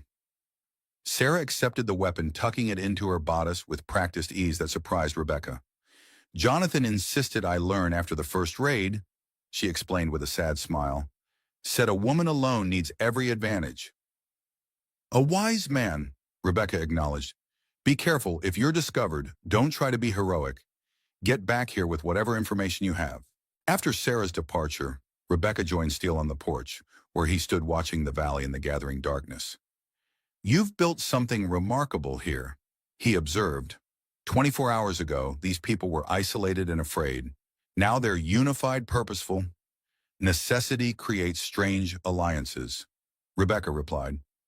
The question is whether it will be enough. Steele's expression remained grave. Caldwell didn't become who he is by accepting defeat. When Bishop comes, it won't be just to clear the valley anymore. It will be to make an example to show what happens to those who defy men like him. Rebecca nodded, accepting this harsh reality. My father used to say that the most dangerous animal isn't the one with the sharpest claws or strongest jaws. It's the one fighting for its cubs, its home, its survival. She gazed out at the defenders, preparing positions around her farm. Caldwell and Bishop are about to discover that principle firsthand. As darkness settled fully over Timber Creek Valley, Rebecca retired to check her weapons one final time. Tomorrow would bring either victory or defeat, but tonight had already witnessed something powerful, a community finding its courage standing together against forces that had previously seemed insurmountable. Whatever came next, that transformation couldn't be undone. Dawn broke over Timber Creek Valley with an eerie silence that belied the activity taking place on Rebecca's farm. Throughout the night, defenders had worked tirelessly to transform the homestead into a fortified position.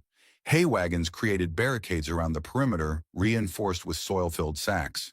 Firing positions had been established with overlapping fields of view, while escape routes were cleared and marked for non-combatants. Rebecca moved among the volunteers, correcting stances and offering guidance on weapon handling. Many had hunting experience but lacked the discipline needed for the coming conflict. Keep your breathing steady, she instructed a nervous young man struggling with his father's old shotgun. Aim for center mass, not the head, and remember, wait for a clear shot rather than wasting ammunition. Steele observed her natural leadership with quiet admiration. You'd have made a fine officer in the war, he commented when she joined him near the barn. Your father taught you strategy as well as marksmanship. He believed in comprehensive education. Rebecca replied, accepting a cup of coffee from Mrs. Peterson. Said shooting was just mechanics without understanding the why and how of positioning. By mid-morning, lookouts were stationed at elevated points surrounding the valley. Wright had organized a simple signal system using mirrors to communicate with defenders at outlying farms, creating a network that could quickly relay information about rider movements. Despite these preparations, tension mounted as the hours passed with no sign of Sarah's return from Riverdale. Steele paced the yard, occasionally checking the eastern trail through his spyglass. She should have been back by now, he muttered as noon approached. If Bishop captured her, he didn't, Rebecca interrupted firmly, and Sarah's smart, she wouldn't take unnecessary risks. Even as she offered this reassurance, her own concern grew. Sarah's intelligence about Bishop's forces was crucial to their defense planning. Without it, they were preparing blindly. Shortly after noon, a flash of light from the southern ridge caught Rebecca's attention, a lookout signaling an approaching rider. Tension rippled through the defenders until a second signal followed friendly. Minutes later, Sarah galloped into the yard, her dress dusty from hard riding. Despite obvious exhaustion, her eyes were bright with urgency. "They're coming," she announced as Steele helped her dismount. "Bishop has gathered 37 men in Riverdale. They plan to move at dusk." Defenders gathered around as Sarah detailed what she'd learned while posing as a frightened widow at the town saloon. "Bishop has hired additional gunmen beyond his usual riders." She reported, "They're well-armed new Winchester repeaters for most, and I saw crates of dynamite being loaded onto pack horses." "Dynamite changes the equation," Steele observed grimly. "They'll try to blast us out if direct assault fails." "There's more," Sarah continued. "They're not just coming from the east. They've split into 3 groups to surround the valley. Bishop leads the main force from Riverdale, but the Blackwood brothers are bringing men through Snake Pass to cut off the western escape route." "And the third group?" Rebecca asked. "Northern approach led by a man named Carter. They intend to secure the high ground above the valley for snipers." Sarah hesitated before adding, "Caldwell himself is in Riverdale staying at the hotel. He's planning to survey his acquisition once Bishop finishes the job." This news sent murmurs of anger through the gathered defenders. Caldwell's presence so close to the valley confirmed the personal nature of his vendetta against those who resisted. 3 points of attack," Steele mused, studying their map. "Classic pincer movement. They're treating this like a military operation." "Because that's exactly what it is," Rebecca realized. "Bishop isn't just trying to clear resistance anymore. He's making a statement, establishing dominance. Caldwell wants to demonstrate what happens to those who oppose him." The implications were clear: surrender or sale would no longer be options. Bishop intended to eliminate resistance, permanently sending a message throughout the territory about the consequences of defying Caldwell's interests. Rebecca assessed their resources with new urgency. 32 capable fighters, limited ammunition, and defensive positions, designed for a frontal assault, not a coordinated 3-pronged attack. The odds seemed increasingly grim. "We need to adjust our strategy," she announced, gathering the leaders among the defenders. "If we stay consolidated here, we'll be surrounded and eventually overwhelmed." Steele nodded agreement. "We need to disrupt their coordination, force them to fight on our terms instead of theirs." Over the next hour, they developed a revised defense plan. Rather than concentrating all forces at the farm, they would establish 3 smaller positions, each designed to control key terrain and prevent Bishop's forces from uniting. "Wright takes 7 men to Snake Pass," Rebecca directed. "Don't try to hold the pass itself. Use the forest cover on the eastern slope to ambush the Blackwood group as they emerge. Peterson, your team will secure the northern ridge before Carter's men arrive," Steele added. "Those rocks provide natural cover with clear lines of sight down to the valley." "What about the main force from Riverdale?" asked Donovan, who had emerged as a capable lieutenant despite his initial skepticism. "That's where most of us will make our stand," Rebecca explained. "Here at the farm, where we've already prepared defenses, but we'll send a small team to harass their approach, slow them down so the other groups can engage their targets first." As the defenders dispersed to implement the revised plan, Rebecca led Steele, Sarah, and Donovan to her root cellar. There, hidden behind preserves and seed potatoes, lay her father's legacy, a cache of weapons and ammunition he'd accumulated over decades. "James always believed in preparing for the worst," she explained, revealing a dozen rifles, several handguns, and boxes of ammunition, carefully preserved in oiled cloth. "These aren't just for hunting." Steele examined a Springfield rifle with appreciation, military grade. "Your father must have had connections? Army contracts?" Rebecca confirmed. "He guided surveying expeditions after the war. They paid him partially in surplus equipment." The additional weapons improved their situation marginally, but all recognized that the coming battle would still test them to their limits. As afternoon waned, final preparations accelerated. Women and children who couldn't or wouldn't fight were escorted to a hidden cave system Wright had identified as a secure shelter. Positions were finalized, ammunition distributed, and final instructions given. An hour before dusk, Rebecca found a moment of quiet on her porch, watching the sun descend toward the western mountains. She cleaned her father's Winchester with methodical precision, the familiar ritual centering her thoughts. Sarah joined her, now dressed in practical trousers and a man's shirt, her hair tucked beneath a wide-brimmed hat. A rifle rested comfortably in her hands. "My husband would hardly recognize me," she remarked with a sad smile. "He always insisted I remain ladylike, no matter the circumstances." "And now," Rebecca asked, "now I understand there are times when survival matters more than propriety." Sarah checked her weapon with growing confidence. "You've shown me that, Rebecca, shown all of us." Steele approached, interrupting their conversation. "Wright's team just departed for Snake Pass. Peterson's group leaves in 10 minutes. He studied Rebecca carefully. "Are you certain about leading the harassment team yourself?" "It's the most dangerous assignment." "I'm the best shot," she replied simply, "and I know this land better than anyone except Wright. We need to delay Bishop's main force, and that requires precision fire from multiple positions." Similarly, Steele recognized the logic but remained concerned. "Take Donovan with you. He's steady under pressure." As final preparations concluded, Rebecca gathered the entire group for one last address. Standing on her porch steps, she surveyed the determined faces before her: farmers, ranchers, shopkeepers, and their families. Ordinary people transformed by extraordinary circumstances. "Some of you have known me for years," she began. "Others for days. Many probably thought of me as just Daniel Morgan's quiet widow, keeping to herself on this remote farm." She smiled briefly. "I imagine that perception has changed." Murmurs of agreement and a few appreciative chuckles rose from the crowd. "What we face tonight isn't just about protecting our homes, though that matters deeply. It's about standing against men who believe their money and influence place them above common decency, and lawmen who would destroy what others have built because it stands in the way of their ambition." She gestured toward the valley stretching beyond her farm. "My father chose this land because he saw its potential not just for crops or grazing, but for community, for people supporting each other through harsh winters and uncertain harvests. That's what Caldwell doesn't understand and can never buy the bonds between neighbors who face challenges together." Her voice strengthened, carrying across the hushed gathering. "Whatever happens tonight, remember that you stood when others fled.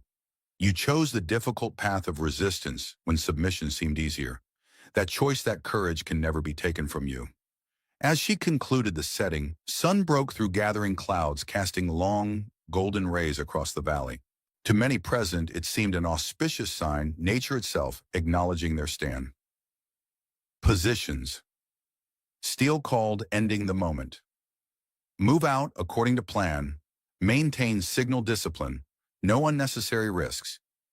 As the defenders dispersed to their assigned locations, Rebecca checked her weapons one final time. Beyond the peaceful valley, Bishop's forces were moving into position, initiating a confrontation that would determine the fate of Timber Creek Valley and everyone who called it home. The final battle approached, and with it a reckoning long overdue. Twilight descended over Timber Creek Valley as Rebecca and Donovan took position along the eastern approach. They had selected a rocky outcropping that overlooked the main trail from Riverdale, offering both excellent sight lines and natural cover.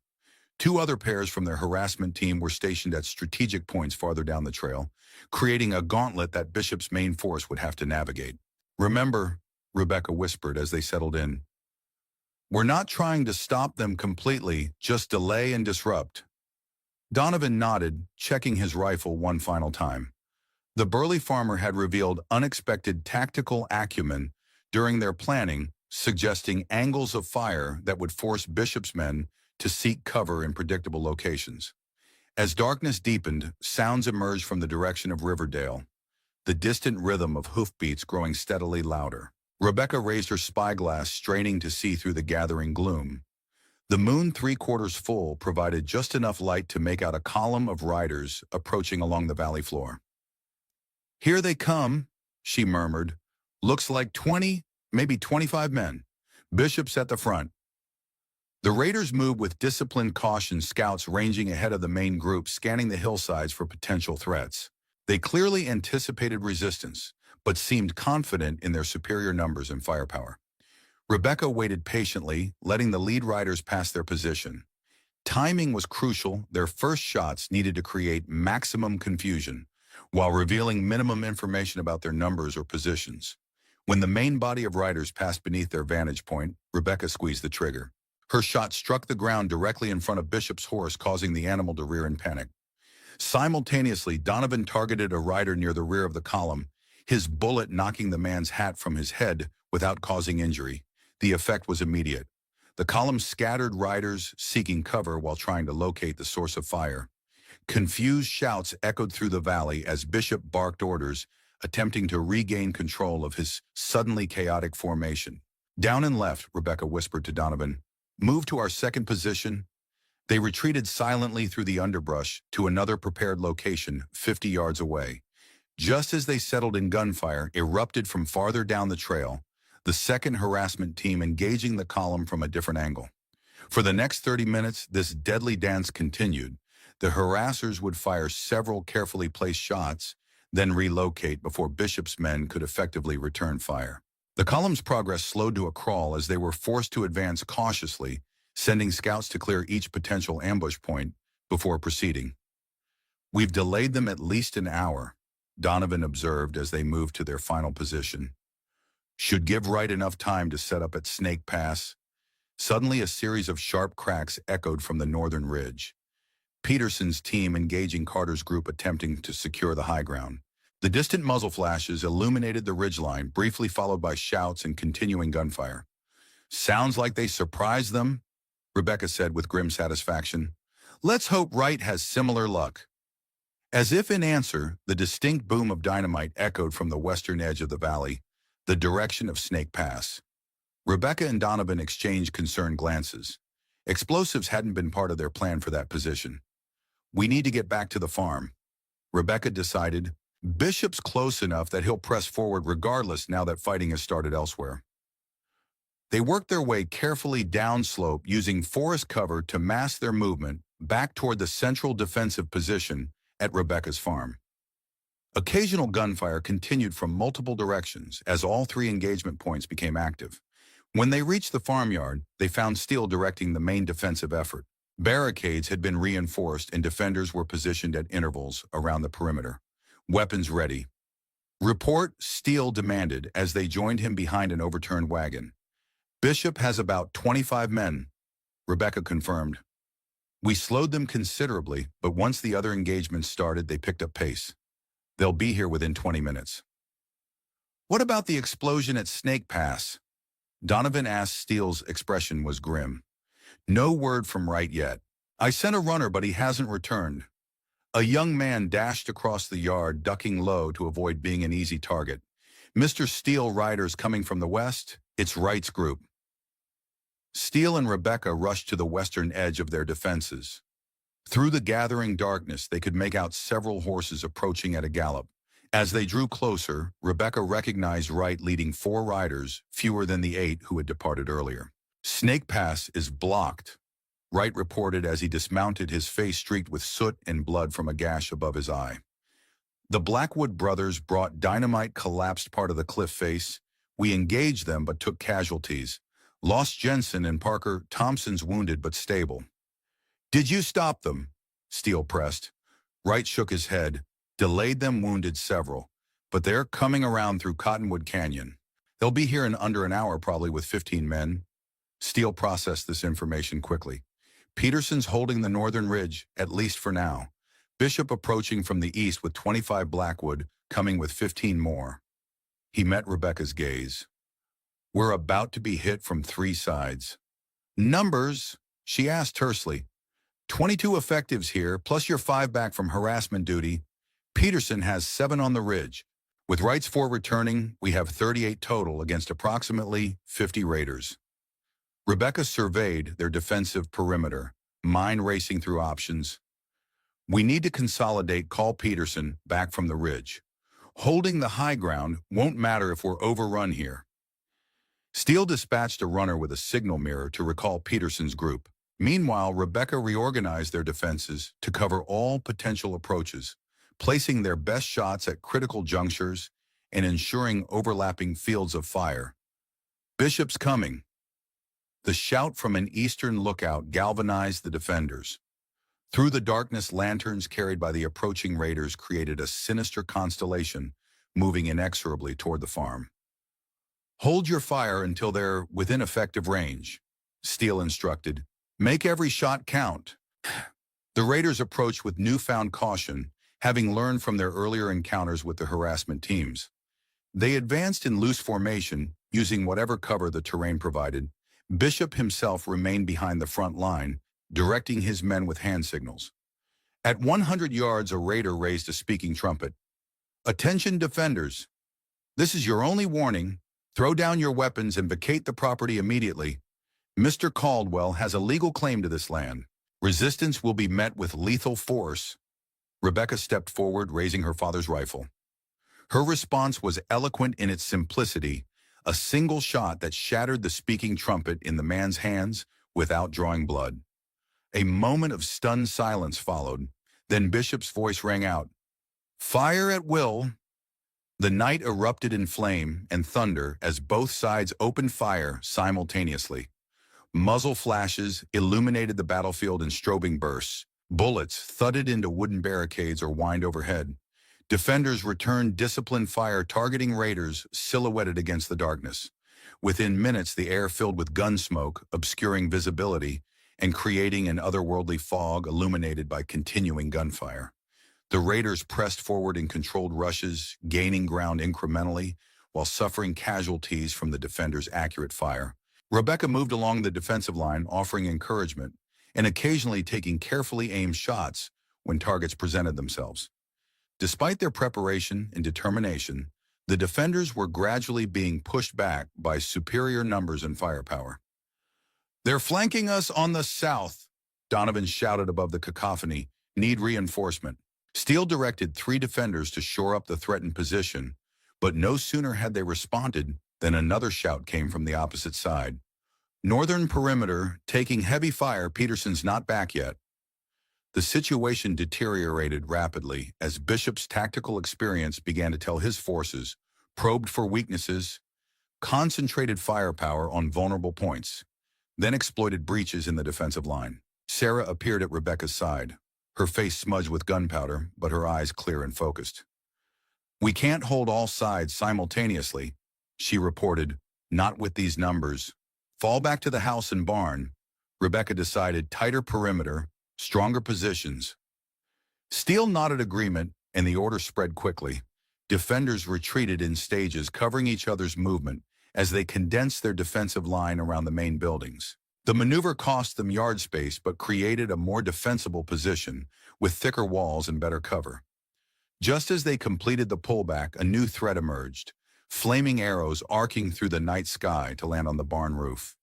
The dry wooden shingles caught quickly, flames spreading across the roofline. "They're trying to burn us out." Steele realized. "Get a bucket line started." Even as defenders scrambled to address the fire, a thunderous explosion rocked the southern edge of their perimeter. Dirt and debris rained down as smoke billowed from a freshly created crater. "Dynamite!" Wright shouted from his position near the house. "Second wave is coming from the west. It's the Blackwoods." The situation had become desperate. Bishop's group pressing from the east, the Blackwood brothers arriving from the west, fire spreading across the barn roof, and still no sign of Peterson's team from the northern ridge. The defenders fought with growing desperation, knowing retreat was no longer possible. As Rebecca reloaded her rifle behind the relative safety of the porch column, she caught a glimpse of Bishop himself directing his men from horseback. His satisfaction was evident. Even at this distance, he believed victory was imminent. Their eyes met across the chaotic battlefield, recognition flashing between them. Bishop smiled coldly and raised his hat in mocking salute before turning to issue new orders to his lieutenants. The battle for Timber Creek Valley had reached its critical moment, and despite the defenders' courage and preparation, the tide was turning against them. Flames illuminated the battlefield as the barn roof became fully engulfed, casting eerie dancing shadows across Rebecca's yard. The defenders had been forced into an increasingly tight perimeter around the house, abandoning the burning barn to concentrate their dwindling resources. "Ammunition check," Steele called as he moved among the remaining fighters. The responses confirmed their dire situation. Most had less than 10 rounds remaining, some only 5 or 6. "Make them count." Rebecca instructed, her voice steady, despite the chaos surrounding them. "Wait for clear targets." Bishop's forces had established positions on 3 sides patiently, wearing down the defenders with sustained fire while minimizing their own exposure. It was a siege strategy designed to exhaust both ammunition and resolve. "They know we're running low," Wright observed grimly, binding a cloth around his bleeding forearm. "They're being conservative with their shots, waiting us out." Rebecca nodded agreement. Bishop was an experienced tactician. He understood the value of patience in a superior position. Unless something changed dramatically, the outcome seemed inevitable. A flurry of gunfire erupted from the northern perimeter, followed by shouts of alarm. Rebecca rushed to investigate, finding Donovan crouched behind a water barrel, blood seeping from a graze along his temple. "They're preparing a rush," he reported, gesturing towards shadowy figures gathering near the edge of the property. "Looks like they're getting ready to storm the house." Before Rebecca could respond, an unexpected sound cut through the gunfire, a clear, piercing whistle from the darkness beyond their defensive line. 3 short blasts, followed by one long signal she recognized instantly. "Hold your fire toward the north," she shouted. "Friendlies approaching." Moments later, Peterson emerged from the shadows, leading not just his original 7 defenders, but at least a dozen additional armed men. They dashed toward the house in small groups, taking advantage of the raiders' momentary confusion. "Reinforcements from the northern homesteads," Peterson explained breathlessly as he reached Rebecca's position. Word spread about the stand we're making. These folks decided they'd rather fight here than wait to be picked off individually. Steele quickly integrated the newcomers into their defensive line, distributing their fresh ammunition among those who were running lowest. The immediate effect was transformative. Renewed firepower pushed back Bishop's advancing forces, forcing them to retreat to their previous positions. "This changes the equation," Steele noted, his expression reflecting cautious optimism. "We're close to even numbers now, but they still have dynamite," Rebecca reminded him, "and the barn fire will eventually spread to the house if we can't contain it." As if summoned by her words, another explosive charge sailed through the air, landing near the eastern corner of the house. Defenders scattered seconds before the detonation, which tore a jagged hole in the porch and shattered nearby windows. "They're trying to breach the house directly," Steele realized. "Next charge will probably—" His prediction was cut short by multiple rifle reports from an unexpected direction. The hilltop behind Bishop's position, precision fire rained down on the raiders, who scrambled for cover from this new threat. "Who the hell is that?" Wright demanded, squinting toward the source of the unexpected support. Rebecca raised her spyglass, struggling to identify the shooters through smoke and darkness. What she saw caused her breath to catch. Several riders on the ridge, led by a familiar figure. "Sheriff Hayes," she announced, relief evident in her voice. "He brought deputies from Riverdale." Hayes's arrival forced Bishop to split his attention, creating the first opportunity for the defenders to seize momentum. Rebecca recognized the critical moment and didn't hesitate. "Counterattack," she ordered. "Wright, take 10 men and press Bishop's right flank." Steele reinforced the western perimeter against the Blackwoods. "I'll lead a team to support Hayes." The night erupted with renewed intensity as the defenders abandoned their static positions and surged forward. The sudden change in tactics caught Bishop's forces off guard. They had settled into a siege mentality and weren't prepared for aggressive opposition. Rebecca led her group in a sweeping movement through the orchard, using apple trees as cover, while advancing toward Bishop's position from higher ground. Hayes's deputies provided covering fire, pinning down raiders who might otherwise have intercepted their approach. Through the chaos, Rebecca caught glimpses of Bishop attempting to rally his men, shouting orders that were increasingly ignored as discipline broke down. The coordinated assault from multiple directions was unraveling his carefully structured attack. Rebecca, Hayes called as their groups finally converged. "Thought you could use some assistance." "Perfect timing," she replied, ducking behind a fallen log as bullets splintered bark overhead. "How did you—" "Sarah," he explained with a grin. "She didn't just gather intelligence in Riverdale. She found me hiding at Doc Miller's after the shootout with the Blackwoods. Been gathering reinforcements ever since." Their combined force pressed Bishop's men back toward the Eastern Valley entrance. Some raiders broke and ran, abandoning the fight entirely as their advantage evaporated. Others fought desperately, realizing surrender might mean facing justice for months or years of criminal acts. From her position, Rebecca spotted Bishop himself now dismounted and taking cover behind a large boulder. Unlike many of his men, he maintained composure despite the deteriorating situation. She watched as he systematically reloaded his rifle, his movements precise and unhurried. "Hayes," she said quietly, "cover me, I'm going after Bishop." "Too dangerous," the sheriff objected. "He's cornered and desperate, which makes this our best opportunity." Rebecca insisted he won't surrender, and as long as he's directing his men, this isn't over. Before Hayes could argue further, Rebecca slipped away, circling through the underbrush toward Bishop's position. Her father had taught her how to move silently through forests since childhood, each step placed deliberately to avoid twigs or dry leaves. She approached from Bishop's blind side, using natural terrain to mask her movement. At 30 yards, she froze as his head turned, slightly scanning the area. When his attention returned to the main battle, she continued her methodical advance. At 15 yards, she had a clear shot, an easy kill for someone of her skill. But Rebecca hesitated, her father's voice echoing in memory. "Taking life should never be your first choice, Becky. There's a responsibility in it that changes you forever." Instead, she closed to 10 yards, then deliberately stepped on a dry branch. The sharp crack alerted Bishop to her presence. He whirled, bringing his rifle to bear. But Rebecca was already sighted in. "I wouldn't," she advised calmly. "My shot will find you before you can steady yours." Bishop assessed the situation with professional detachment, recognizing the truth in her words. Slowly, he lowered his weapon. "Mrs. Morgan," he acknowledged with surprising composure, "I underestimated you yet again." "Not just me," Rebecca corrected. "Everyone in this valley. You and Caldwell saw only simple farmers and homesteaders, people to be intimidated or eliminated. You never considered they might fight back."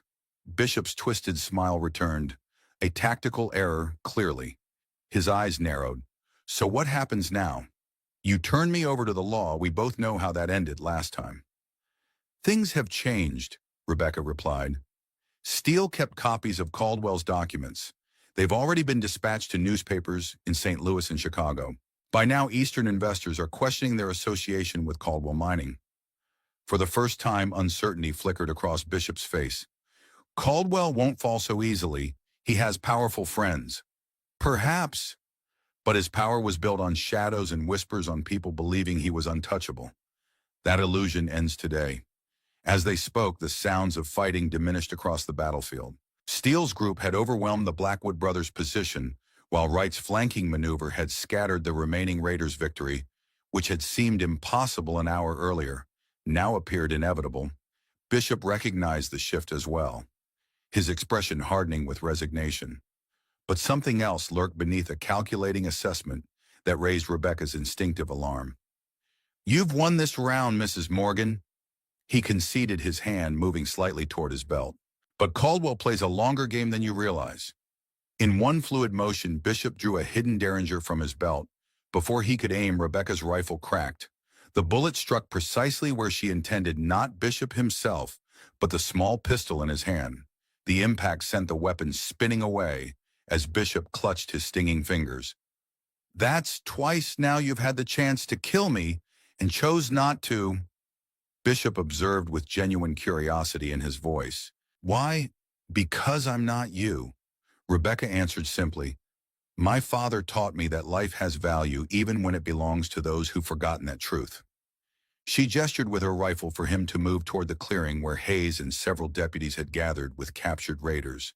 As Bishop stood resigning himself to capture, his gaze lingered on Rebecca with newfound respect. "Your father," he said quietly, "would have been proud." Edo. As Hayes's deputy secured Bishop, Rebecca surveyed the battlefield. The barn still burned, illuminating a landscape transformed by violence, yet ultimately preserved by courage. Defenders gathered around the wounded, while captured raiders sat disarmed under guard. Steele approached, his clothes torn and dirty, but his expression triumphant. "Wright and his team captured Ezra. Blackwood Silas is dead. Tried to fight rather than surrender. Anna and our people." Rebecca asked the question that mattered most. "4 dead, 9 wounded, 3 seriously," Steele reported grimly. "But considering what we faced, it could have been much worse." Their conversation was interrupted by a rider approaching at speed from the direction of Riverdale. The man reined in sharply, seeking Hayes among the gathered victors. "Sheriff," he called urgently, "you need to know Caldwell's fled, cleared out of the hotel and took the midnight train east with all his papers." This news rippled through both defenders and captives. Caldwell's abandonment of Bishop and his men revealed the true nature of their relationship. They had been tools disposable once they failed to serve their purpose. Bishop's expression remained impassive, but the tightening of his jaw spoke volumes. The loyalty he had shown to Caldwell had not been reciprocated. Now he would face justice alone, while his employer escaped, as dawn broke over Timber Creek Valley, illuminating both destruction and resilience. Rebecca realized that their victory, though costly, was complete. Not only had they defended their homes, but they had exposed the corruption that had threatened the entire territory. The ultimate confrontation had come not just between armed opponents, but between fundamentally different visions of what the frontier should be: a place of community and shared purpose, or a resource to be exploited by the powerful at others' expense. In that moral battle, just as in the physical one, Rebecca and her neighbors had prevailed.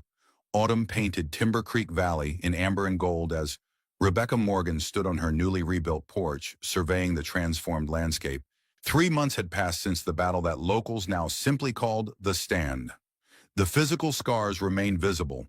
Her reconstructed barn still smelled of fresh-cut pine, while patches of scorched earth marked where explosives had torn into the soil. Less visible but more significant were the changes within the community itself. Farms that had once stood isolated, their owners barely acknowledging one another beyond necessary interaction, now operated in conscious cooperation. Harvest crews moved from property to property, ensuring no crop was lost to early frost or unexpected weather. A regular patrol of armed riders monitored the valley's approaches, a precaution that had gradually evolved from necessity to tradition. Thinking deep thoughts. The familiar voice of Thomas Wright broke through Rebecca's reflections as the old veteran approached, leading his horse up the path. Since the battle, he had assumed informal leadership of the valley's security arrangements, his military experience proving invaluable. "Just appreciating the view," Rebecca replied, offering him coffee from the pot she kept warm on the stove. "Different perspective after everything that's happened." Wright accepted the steaming cup gratefully. "Had word from Hayes yesterday. Thought you'd want to know. Bishop's trial starts next week in Helena. Will the charges stand this time?" Rebecca asked, though she already suspected the answer.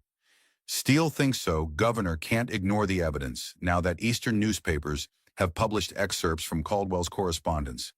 Too many investors asking uncomfortable questions." This represented perhaps their most significant victory. The documents Steele had preserved and distributed had created ripples far beyond Montana territory. Caldwell mining stock had plummeted as frightened investors withdrew support. The territorial legislature had launched investigations into corruption throughout the judicial system, resulting in the resignation of Judge Collins and several other officials with ties to Caldwell. "Any word on Caldwell himself?" Rebecca inquired. Wright shook his head. "Last reports place him in Chicago trying to salvage business relationships. His empire is crumbling, though. The mines are operating under receivership while the courts sort out legitimate ownership claims." They sat in comfortable silence, watching golden leaves drift from the aspens that lined Rebecca's drive. The autumn wheat harvest had been completed the previous week, smaller than anticipated due to battle damage, but sufficient. More importantly, no one had lost their land to Caldwell's schemes. "Got something else to tell you," Wright said eventually. "Peterson and some others have been talking. Valley needs formal organization. Now a council to handle disputes, coordinate resources, that sort of thing." "Sensible," Rebecca agreed. "The community's proven it can work together. They want you to head it." Wright continued, watching her reaction carefully. "Unanimous decision among the landholders. Said there wouldn't be a valley left if not for you." Rebecca's surprise was genuine. Despite the respect she'd earned during the conflict, she had expected life to gradually return to its previous patterns, including her relative isolation. "I'm not a politician. Thomas never had interest in governing others." "Not asking you to govern," Wright corrected. "They're asking you to lead, different thing entirely." Your father understood the distinction why he commanded such respect, despite living apart from others. Before Rebecca could respond, the sound of approaching horses drew their attention. Sarah Jenkins and three other women rode into the yard, their saddlebags bulging with supplies. Since the battle, Sarah had transformed as dramatically as the valley itself. Gone was the grieving widow, replaced by a confident woman who now instructed others in shooting and self-defense. "We're ready when you are." "Rebecca," Sarah called as she dismounted. "Got 6 more women waiting at my place for today's lesson." This was another change that had emerged organically in the aftermath. Rebecca's informal teaching of practical skills to women throughout the valley. What had begun with basic shooting instruction had expanded to include tracking basic medicine and self-sufficiency skills her father had imparted decades earlier. "Be right there," Rebecca responded, finishing her coffee. She turned back to Wright. "Tell Peterson I appreciate the confidence. I'll consider the council position, but I need time." Wright nodded, understanding. "Take what you need. Valley's not going anywhere now." As Wright departed, Rebecca collected her father's rifle and her teaching supplies. The women's eager anticipation reminded her how much had changed in their collective mindset. Before the conflict, most Valley women had accepted traditional limitations on their activities and knowledge. Now they actively sought skills previously considered the exclusive domain of men. "Where are we starting today?" asked Margaret Peterson, adjusting her practical work trousers, another innovation that had scandalized some, but quickly proved its worth for women engaging in traditionally male activities. "Tracking basics," Rebecca replied. "Reading sign, understanding movement patterns. My father believed it was the foundation of everything else, knowing who or what has passed through your territory and when." As they rode towards Sarah's property, Rebecca noted the activity throughout the valley: new construction, rising on previously abandoned home sites, fields being prepared for spring planting, families working together with renewed purpose. The confrontation with Caldwell's forces had cost lives and destroyed property, but it had also forged something valuable from necessity. At Sarah's farm, they found not just the expected 6 women, but also several men waiting respectfully at a distance, including young Henderson and 2 others who had fought alongside Rebecca. "Hope you don't mind the additional audience," Sarah explained as they dismounted. "Word spread about your teaching.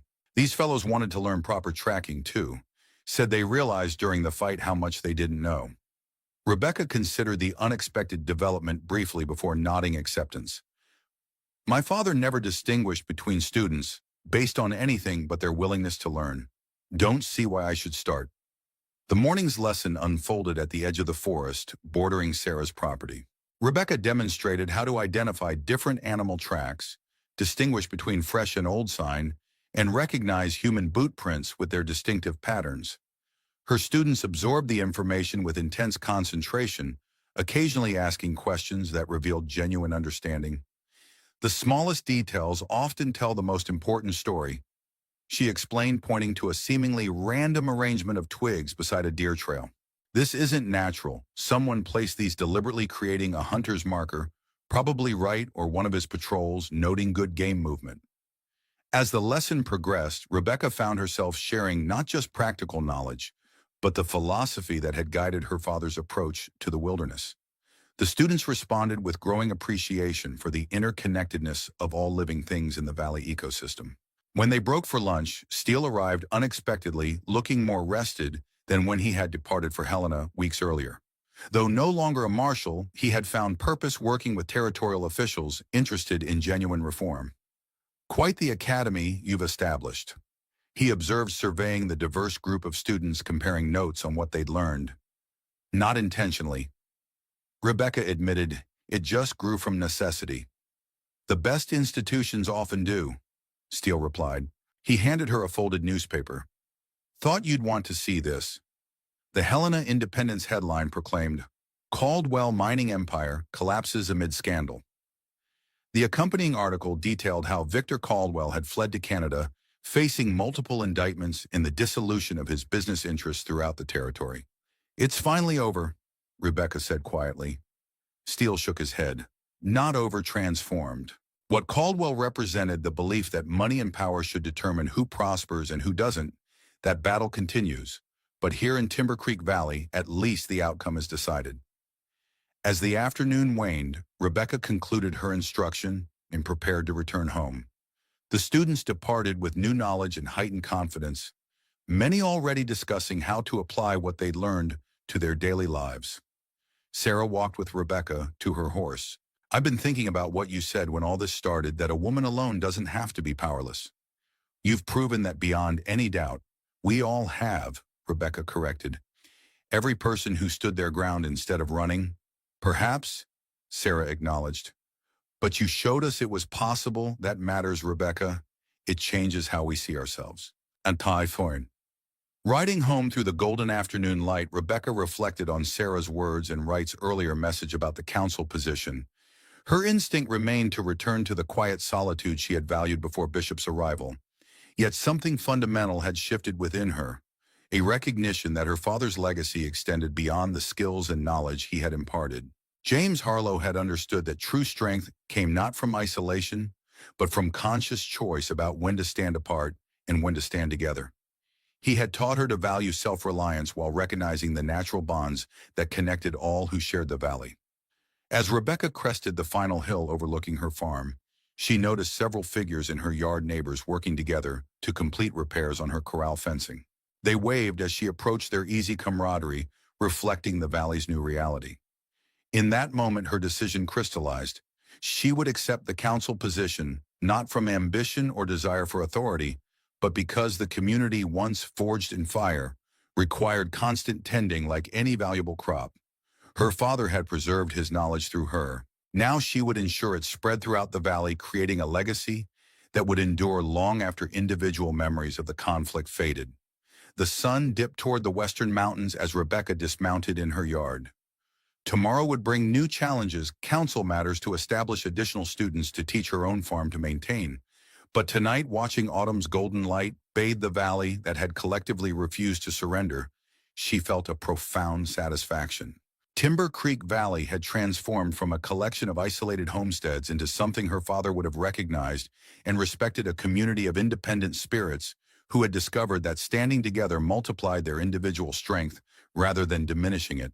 That Rebecca realized was the true victory they had won, not just against Bishop and Caldwell, but against the fear and isolation that had made their predatory schemes possible in the first place. And it was a victory worth preserving season after season, generation after generation. Winter settled over Timber Creek Valley with a gentleness that belied the violence of the previous season. The first snow had fallen 3 weeks earlier, transforming the landscape into a pristine blanket of white. Rebecca stood at her kitchen window watching large flakes descend from a pearl gray sky and marveled at the stark beauty of it. 6 months had passed since the stand. Much had changed, yet much remained familiar. Her farm continued to provide for her needs, the winter wheat now dormant beneath the snow. Her smaller barn rebuilt and stocked with hay for her animals. The burns on her land had healed, though occasionally she would find metal fragments from the explosions, small reminders of the battle that had determined the valley's fate. The community flourished under its new organization. The council, which Rebecca had reluctantly agreed to lead, met twice monthly in the old schoolhouse to resolve disputes, coordinate shared resources, and plan for the future. They'd already established a communal grain reserve, a system of rotating patrols, and an agreement for shared labor during harvests and barn raisings. She heard the sound of approach before she saw them, sleigh bells jingling through the crisp air. Soon Sarah Jenkins's sleigh came into view, drawn by 2 sturdy horses and loaded with evergreen boughs. Behind it, a second sleigh carried other council members, Peterson, Wright, and Henderson, with additional supplies. Today was the solstice gathering. They had planned a celebration of community, and the shortest day of the year. Rebecca pulled on her heavy coat and stepped onto the porch as the sleighs arrived. "You're early," she called, smiling despite herself. The silence that typically surrounded her home had gradually given way to regular visits and gatherings. At first she had found it disruptive, but increasingly she welcomed the company. "Weather's turning," Wright announced as he climbed down from the sleigh.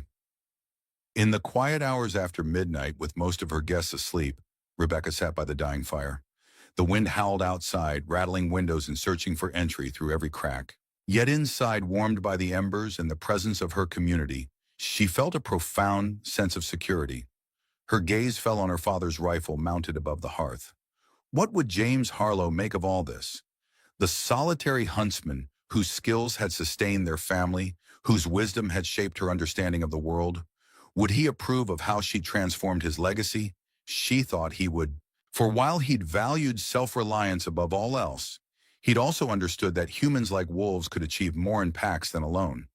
His choice to remain apart had been just that, a choice made with full awareness of what was gained and lost. Rebecca had made a different choice, one that honored his teachings while adapting them to new circumstances.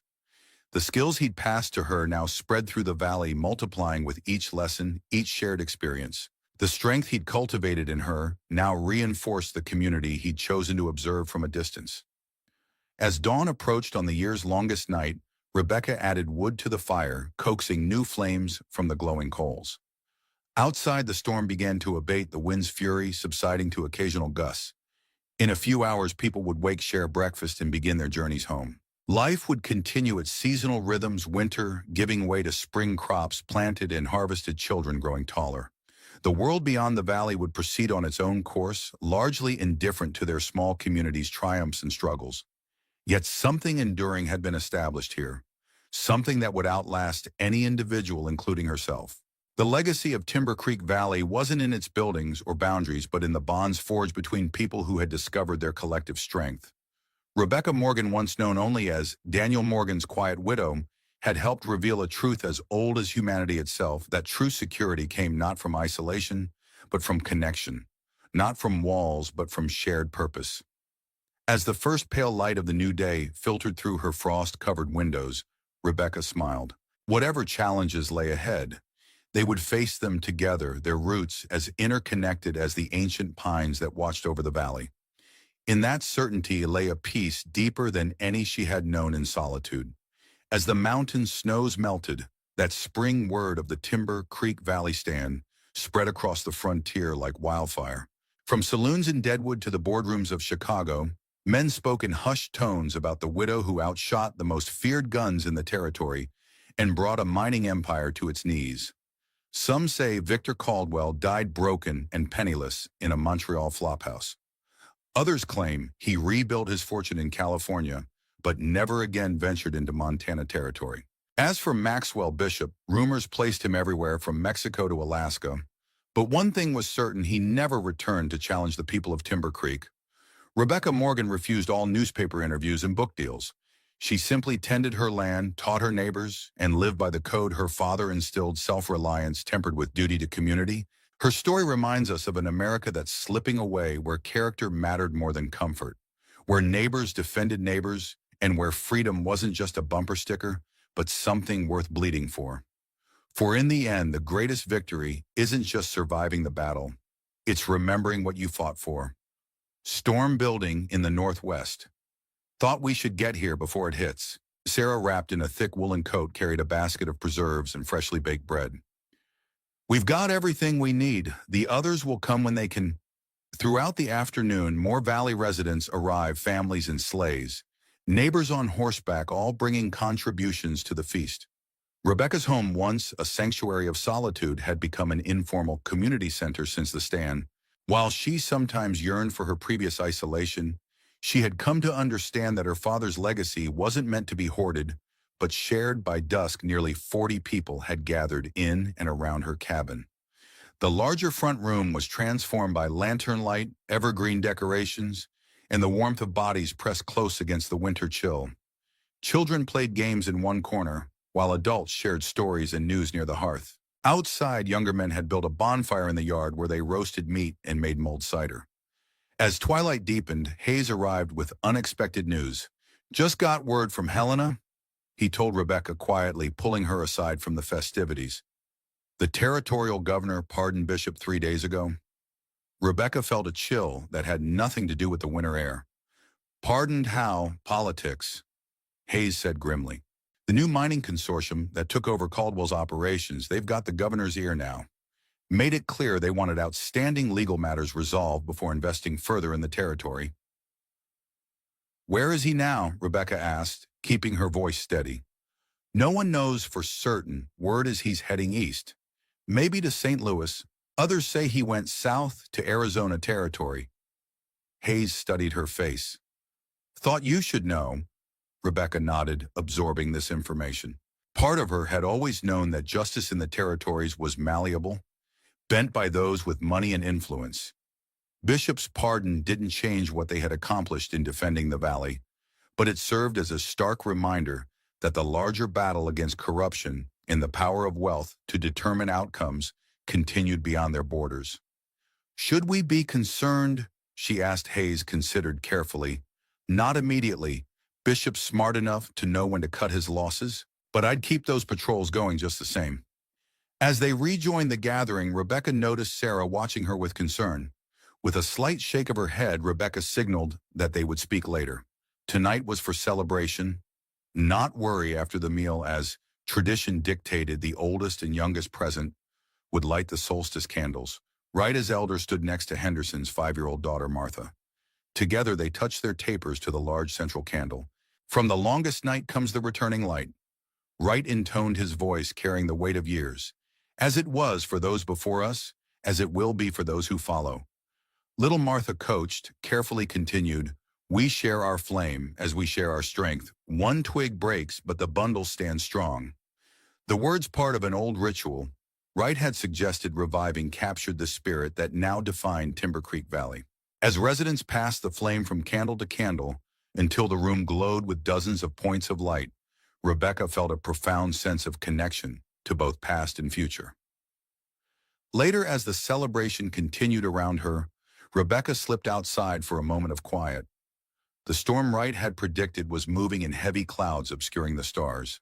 She breathed deeply of the cold air, centering herself in the familiar solitude. Too crowded for you? Sarah asked, joining her on the porch. Just needed a moment, Rebecca admitted. Sometimes I still expect to turn around and find myself alone again. Sarah nodded, understanding. Hayes brought news. She observed, nothing good, judging by your expression. Rebecca told her about Bishop's pardon. Sarah's reaction mirrored her own concern, tempered by pragmatism.